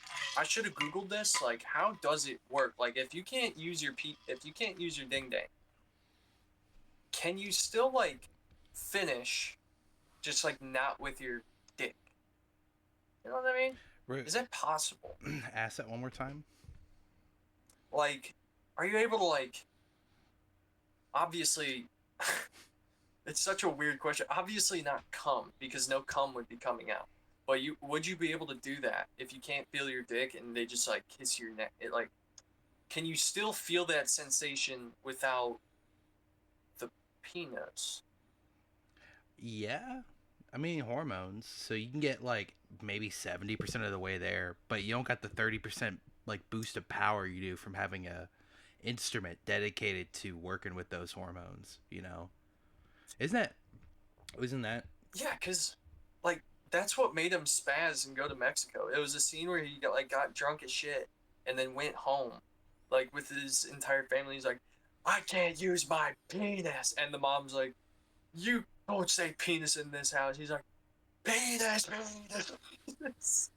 Again, the movie's funny at times. It's crazy, and he's like, I can't use my dick ever again. I'll never be a man again. And she's like, you can't live here anymore.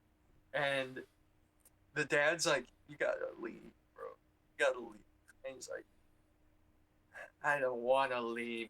Well, he does. And then, like, he just goes to Mexico. I don't think he says, I don't wanna leave him. But it would be funny if he did.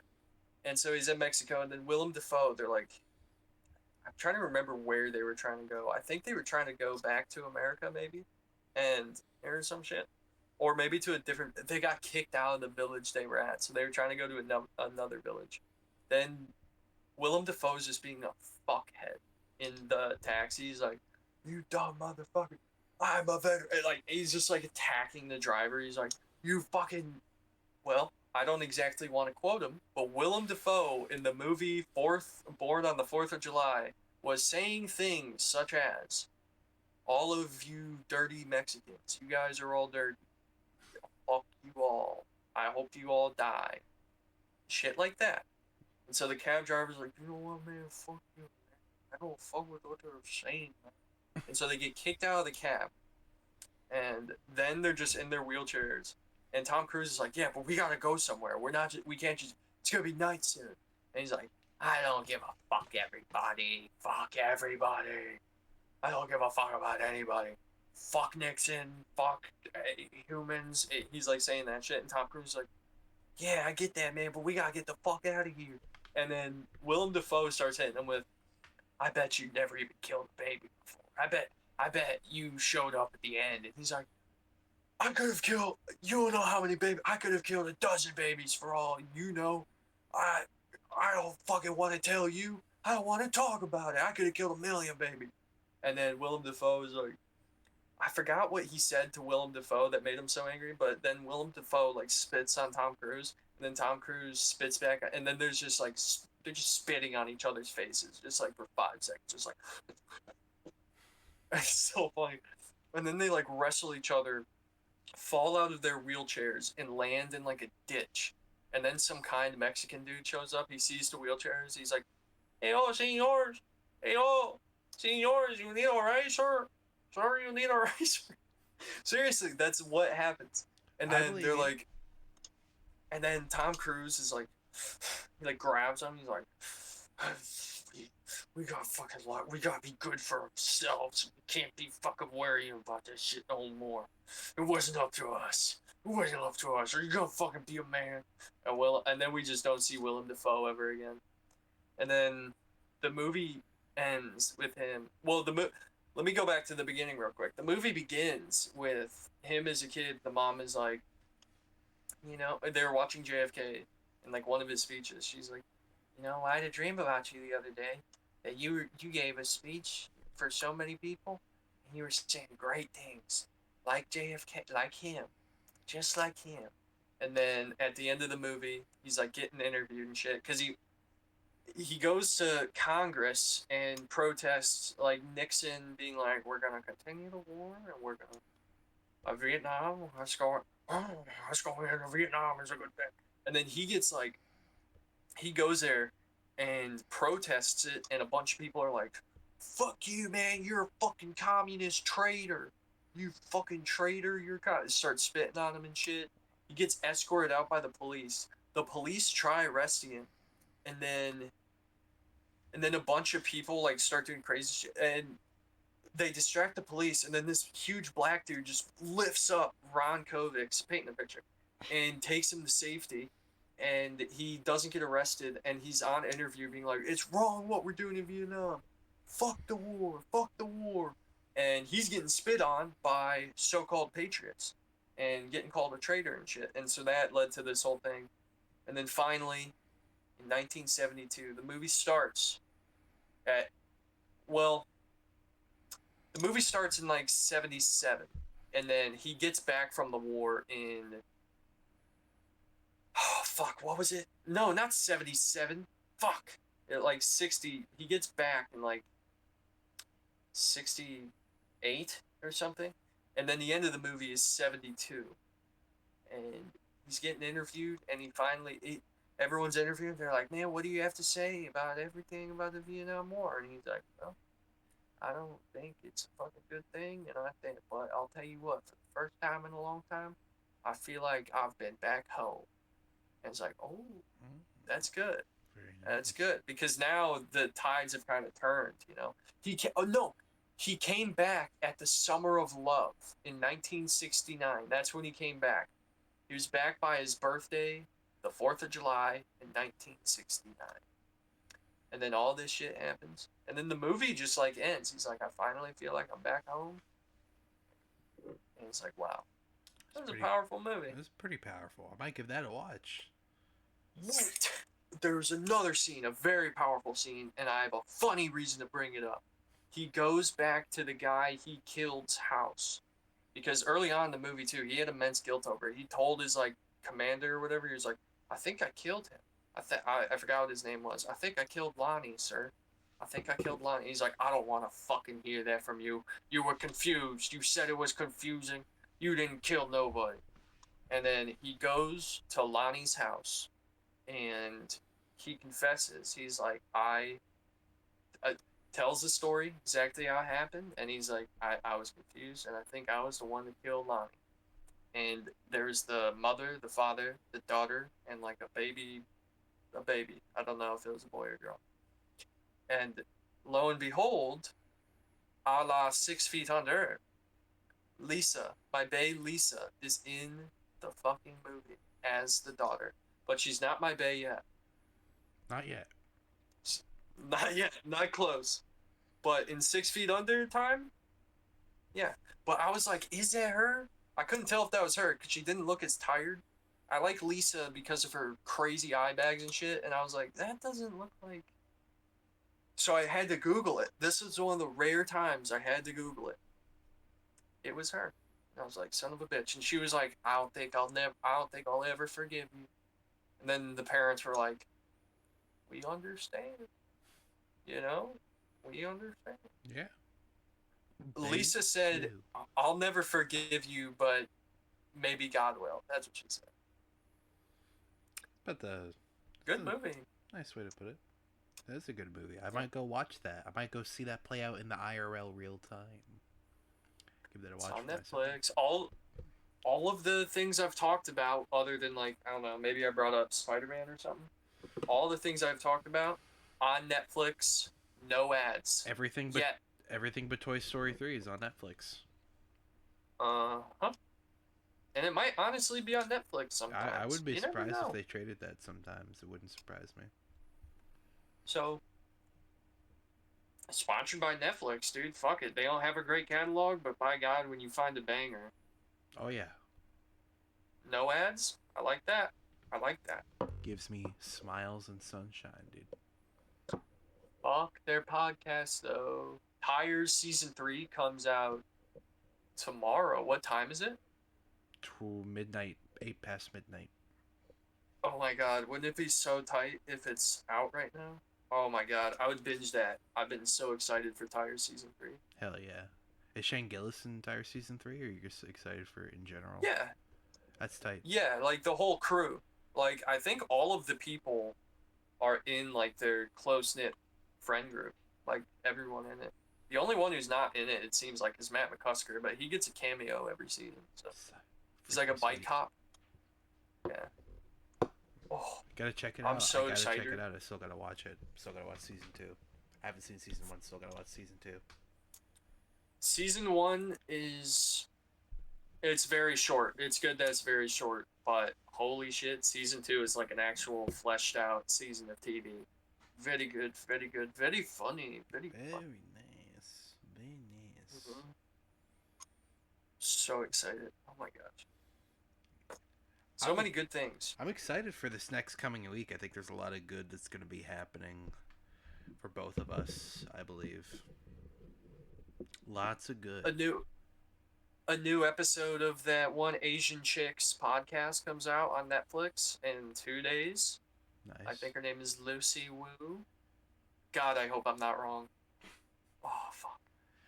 God, I hope her I'm name not was wrong. Lucy Jones. That would piss me off. Would I'll piss be like, you off. okay, that's LARPing. That's LARPing. Let me see your dad. Let me see your dad. Adopted. Oh, yeah, there's something about adopted people that's been banging around in my mind. What? Something about it. What could it possibly be? I don't know. I have no fucking idea, but there's something about people being adopted in something I watched recently. It might have been a fucking House MD YouTube short for all I know. But yeah, adopted people? Yeah, cool. No issue. Oh, I watched fucking... Stuart Little. That's what I fucking watched. Did I talk about that? No, you didn't.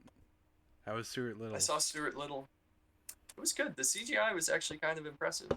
And it was very good. I watched it with Kale and one of my Mexican friends. And what was funny was there's a cat. So Stuart Little has like the house cat that like is embarrassed that there's a Stuart Little. It's like, oh, because Stuart Little is a child, not a pet. So it's like a mouse ranks above a cat. So he's like embarrassed about it. And Kale was like, that cat is gay. That's a gay cat. And I was like, well, I hear it too. So I Google it. Yes, the actor for the white cat in Stuart Little is a homosexual. And in case you don't know who he is, if anyone has seen Austin Powers #3, the person that was talking to Austin Powers the person Beyonce was talking through to talk to Austin Powers, that like kisses him and it's like a dude, that is the person who voices the cat. Gay man. Nothing wrong with that, but Kale has a good gaydar. That's all I'm saying. He heard it. That actor is an episode of Family Guy. He gets married to Peter Griffin. It's called I forget what the episode is called, but the episode is Peter and Lois's marriage is going through a bit of a rut, and Bryan just so happens to be doing a speech in Massachusetts for one of the books that he wrote. So he takes Peter and Lois with him, and Peter's drunk the whole time, and then Bryan tries to fuck Lois, and then Lois is like, we can't. Oh. And then Peter's like, you try to fuck my wife, you're my pal. And then they fight, and then Peter says, oh yeah, well I was drunk, I married the gay guy we're talking about. And then they sing the theme song of Massachusetts, which is a good song. And by the way, I like the actor. He is funny. He is funny. I've seen him in more shit. I know I have for a fact, and I like him. So that says something. Good actor. But another funny thing about Stuart Little is the fucking dorky looking kid, the other son. He gets bullied so hard. It is the funniest shit ever. The bully is so mean-spirited. He's like, stomps on his shit. He's like, you a stupid fucking mouse pet. He like breaks his shit. He's like, you're fucking nothing. So he's hitting him with wild shit. And I'm like, holy shit. God. This kid's crying, dude. And he's like, fucking loser. He's obviously not saying fucking, but that's the type of mean-spiritedness that we're talking here. He tries killing Stuart Little because Stuart Little is on the kid's boat. And so he's like trying to fucking tip that shit over in the middle of this massive lake. It's like being in the ocean for a guy like Stuart. So he gets like flipped over and all this shit. Predicted the entire plot of the movie, by the way, when I watched it. There's like a scene where they're finally starting to bond over making this boat. And I was like, oh, I know exactly what's going to happen. He's going to finish the boat, and then, I don't know. What I remember, I can't really remember the movie. This was like 2 weeks ago, and we had been boozing. Well, I predicted like the entire plot of the movie, and I feel pretty good about that. I predicted a kid's movie. That's powerful stuff. It is. So, yeah, fuck yeah. Stuart Little, good movie. Effort. Wasn't that directed by M. Night Shyamalan? No, I think he did like the screenplay though. Which is so crazy, right? That's not crazy. I'm Yeah, pretty sure no, that's not notable. crazy. House MD's in it. That one bitch, not bitch, that one very pretty lady that I like a lot from Beetlejuice. I think her name's Gina Davis. Nice. I like that. Nice. I like that. What do you think? Have you ever watched? People try to kill. Do you like Beetlejuice? What? The movie Beetlejuice? Oh, I love it. I think it's I great. love that movie. Do you have you It's ever a seen the very sequel? good movie. No. You know what's crazy? Avid lover of the first Beetlejuice. I think I like the sequel more. I think the sequel's better. I have a better time with it. I think mainly just because I love Tim Burton's idea of like how death works, and you see a lot more of it in the movie, and you see all of his friends with these, this crazy Rob Zombie the Monsters looking neon makeup. It's pretty fun. I like it a lot. And Jenna Ortega, bad things happen to her in the movie, and then good things happen to her in the movie, and it was interesting. What the fuck? Okay. That's what happens in movies, right? Wow.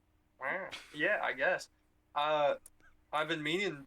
I haven't been meaning to, but in theory, finishing that school shooting movie Jenna Ortega is in. I want to finish it, but the Fallout. But every fucking time, it's just like you're like a sex fairy. I'm like, oh, that shit is so weird. I know. That's that's an adult writing that. It reminds me of Megan is Missing, dude. It's like, okay, bro, what are we doing? I know we're well past the era of like the lookalike movies to try to get people to trick them into buying the wrong DVD. Like when you say like the Independence Day, and then it'll be like a bunch of sold, but it'll like look just real enough for you to be like, is this the movie? It looks like the movie. We're way past that, but still part of me wonders if anybody ever thought like, how old is this TV show, by the way? It's a movie. I mean, it's from movie? like 2019. 2019? Never mind. I guess that doesn't work anymore. Yeah. Never mind. I rescind my comment. Well, I don't know. I feel like it is recent. Maybe it was like 2021. I don't know. I was just going to point out, I thought it was weird how there's a movie called The Fallout with Jenna Ortega, and I always thought Jenna Ortega had weird puffy eyes because there's that show called Fallout with that girl who has the big giant eyes. She's the main character. Ella Purnell. She makes my heart flutter, dude. I think I'm in love with her. Don't tell her I said that. Please don't tell her I said that, but I think I'm in love with her. I've voiced my love for her so much sooner than you have. I'm not denouncing that. I'm sorry. I'm not saying I have dibs on her either. I'm just saying I love her. I can love her, not take her away from you. You're pissing me off. Whatever. Have you seen Fallout? You're pissing me off. Have you seen Fallout? I can't watch it because I love her so much that I'd be distracted. That's genuinely why my mom has been telling me to watch The Yellow Jackets, and she's in it. And I genuinely haven't watched it because I would be so distracted by how much I love her. It would be pointless for me to watch it. Same thing with Sophie Thatcher from Companion with Jack Quaid. Can't watch that. I can't. When a chick is so... I just can't get into movies when a chick is that hot, dude. I just can't. That's fair. It's unfortunate. That's why I have a problem with Street Fighter 6. I can't play as any of the girl characters. It's too distracting. Fighting some girl characters is very difficult. I mean, it's up. It's in your face. Whenever it comes down to, like, do you want to play as a boy or a girl in a game, I always choose boy. Yeah, I do too. Apparently... I have to. Apparently, I might be wrong on this. Either this statistic might be old or it just might be fake, but I heard that there's that by technical standards, the majority of men, by like a few here and there, the majority of men play as girls when they have the option to play as a character in a video game, which I didn't know that. That might not be true anymore. That might be a statistic of its time, but that's the last time I checked. That's what I read. I get it, because, like, chicks are hot and all. I get it, but I'm more of, like, if I'm trying to play a game, I like to get immersed, and if I'm trying to play Skyrim, right? And I'm trying to really get into the game and just like look at the dialogue and be like, man, what would my character do? And by extension, what would I do? Because I only roleplay as myself in these fucking games, but with a beard. I can't do that with like, because to me it's dude, I just can't play as a girl and like roleplay as a girl in the I game understand. and like yeah. get immersed. Like when I'm playing Cyberpunk, this also just has to do with the fact that both the voice actors did good jobs, but I prefer the male performance. It's so much different. Like in different scenes, the male and the female performers will have different attitudes towards what's going on by default. Um, and I guess like there's a scene I've told you about this before, that my favorite mission in the game, it's a random encounter that you can do where you find a guy dead in the middle of the alleyway, a fenced off alleyway, and he's holding a briefcase that has a gun inside, and the gun talks to you. It's a talking gun.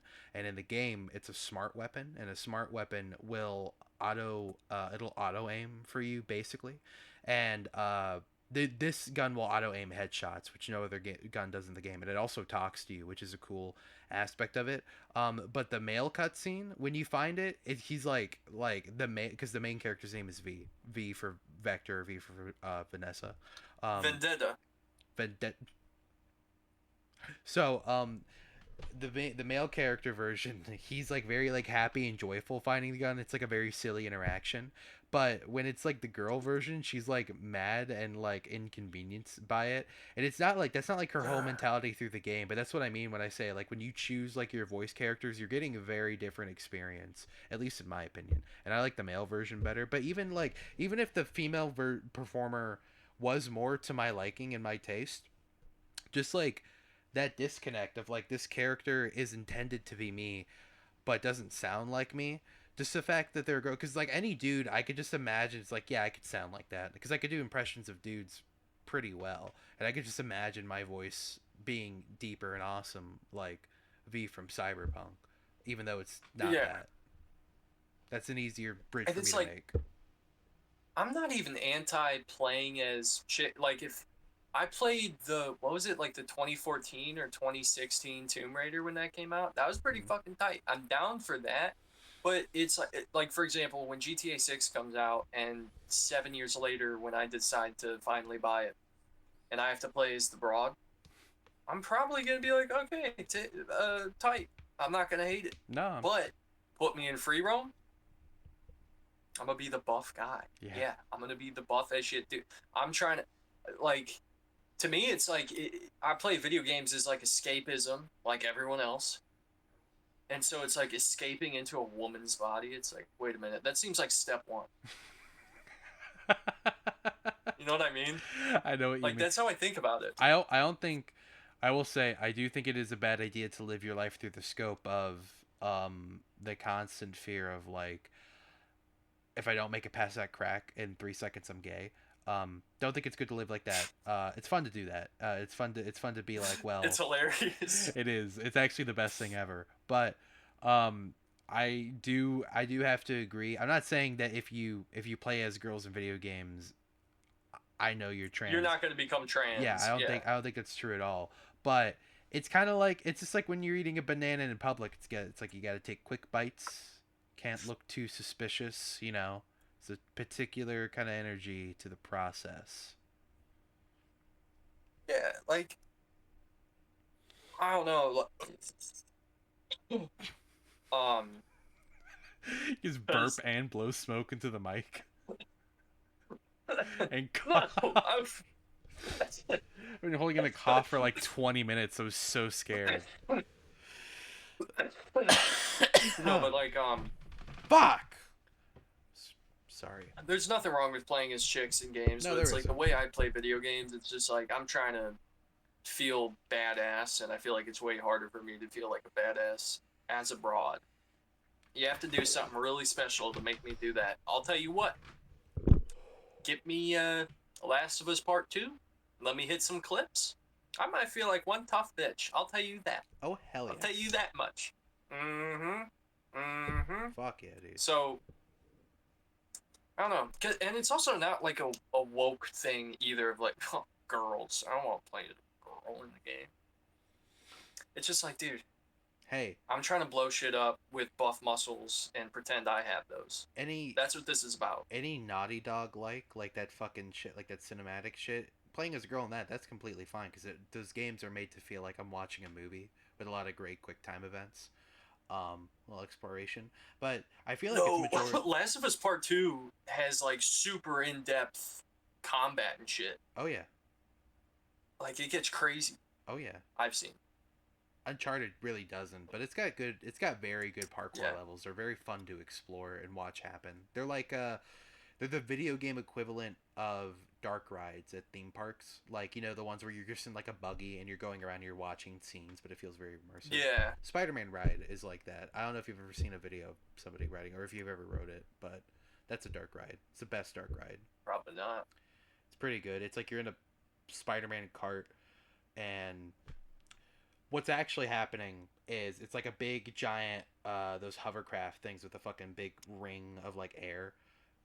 That's like moving around in a warehouse, and then you'll face in front of like like a pair of like, it'll be like a frame to a TV, but the frame will look like buildings going down, and in the middle will be a projector projecting on Spider-Man, like latching onto your cart. And what the cart will do is it has a motor underneath. It'll tilt you forward to like look at the photo, so it'll look and feel like you're hanging down, like Spider-Man's on top.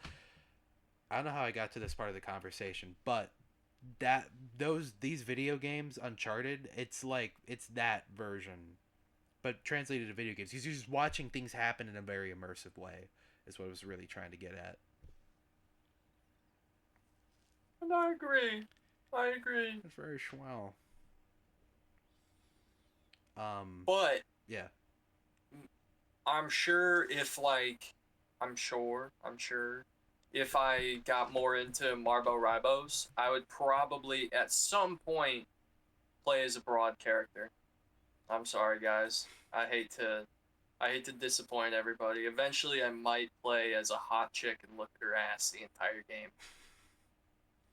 Cause they got nice. Oh my god, dude. They lean into it very extreme. Like they took what made Overwatch popular by mistake, and they were just like, everybody should be doing this. Just make the models for them, dude. It's fucking nuts. Fucking nuts. It's because they're Chinese. It is because they're Chinese. They and we love them for that.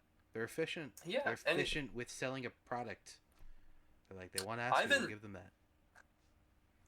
I haven't jerked off to 3D porn in like a long time, but if I did, I might hit up Marbo Rabos. Pick your favorite character. Psylocke, and Spider-Man. What's another hot character in that fucking game? I don't know. They just added a broad. I don't keep up with Marbo Rabos, but what's another hot character? God dang it. Mantis? I don't fucking know. Not Black Widow. She's kind of got a haircut I'm not a fan of. Luna Snow. Sure. Yeah. Looking back, I don't really... Thor's sister, Angela or whatever, whoever the fuck she is. Muscle Mommy? Okay. We like that. Who else is even in that fucking game? I can't even remember. It's a lot of characters. Peony Parker? No thanks. A lot of characters that I'm gonna dodge that one. Yeah. Apparently they give Mantis a lot of ass recently. That's the newest thing I've learned about Marbo Ribos, is with some skins she has a huge fucking ass. Oh! I'm such a jackass. Emma Frost? Thick bae. Emma Frost, Spider-Man? What's like it? They added X-Men, I think. Can I say something really quick? I've noticed this is something I've picked up on the last few episodes. At the 3-hour mark of us recording, somehow, some way, by the will of the universe or whatever, it always boils down to you listing things at the 3-hour mark. That's when your brain... Because I know it's going to end. It's because I know it's about to end, It's so it's freely- just like, well, I don't want to go into a 45-minute monologue. So I'm gonna just like fucking say nothing until someone taps out. I was gonna say, because if I didn't stop you from listing Marvel characters that made you horny, I mean, when was it gonna end? I was willing to let it go. When I ran just out. saying. Well, I mean, I can keep thinking. I mean, you can, but I think we're both just. I can't even think of any of them. That's fine. I didn't play enough. I played as one character. I played as the Thing, and I was good. God damn it, I was good at it too. I was good. But after like this, not to shit on the Steam Deck, I'm assuming this is NetEase's fault, but the way it's optimized, which seems to not be good. After like 2 games, it would just like drop me to 15 frames per second for like a minute. God. After like an update, and then they would fix it near the end of an update, and then the new update would come out and it would happen again. And I was just like, you know what? Maybe I don't need to play a game where I play as a character I don't even really fucking care about. Don't care about the Fantastic Four. Don't care about the Thing. Hot take. That's fair. Speaking of fair, I think it's fair to say this episode has concluded. I think we've done a good job today, entertaining our audience, minding certain technical This was a good difficulties. I think it was. They keep getting better and better, dude. I think so. Should we? Let's not. I don't think we should suck ourselves off camera. We suck ourselves off after every single episode for at least 10 minutes. I hope you know, viewers.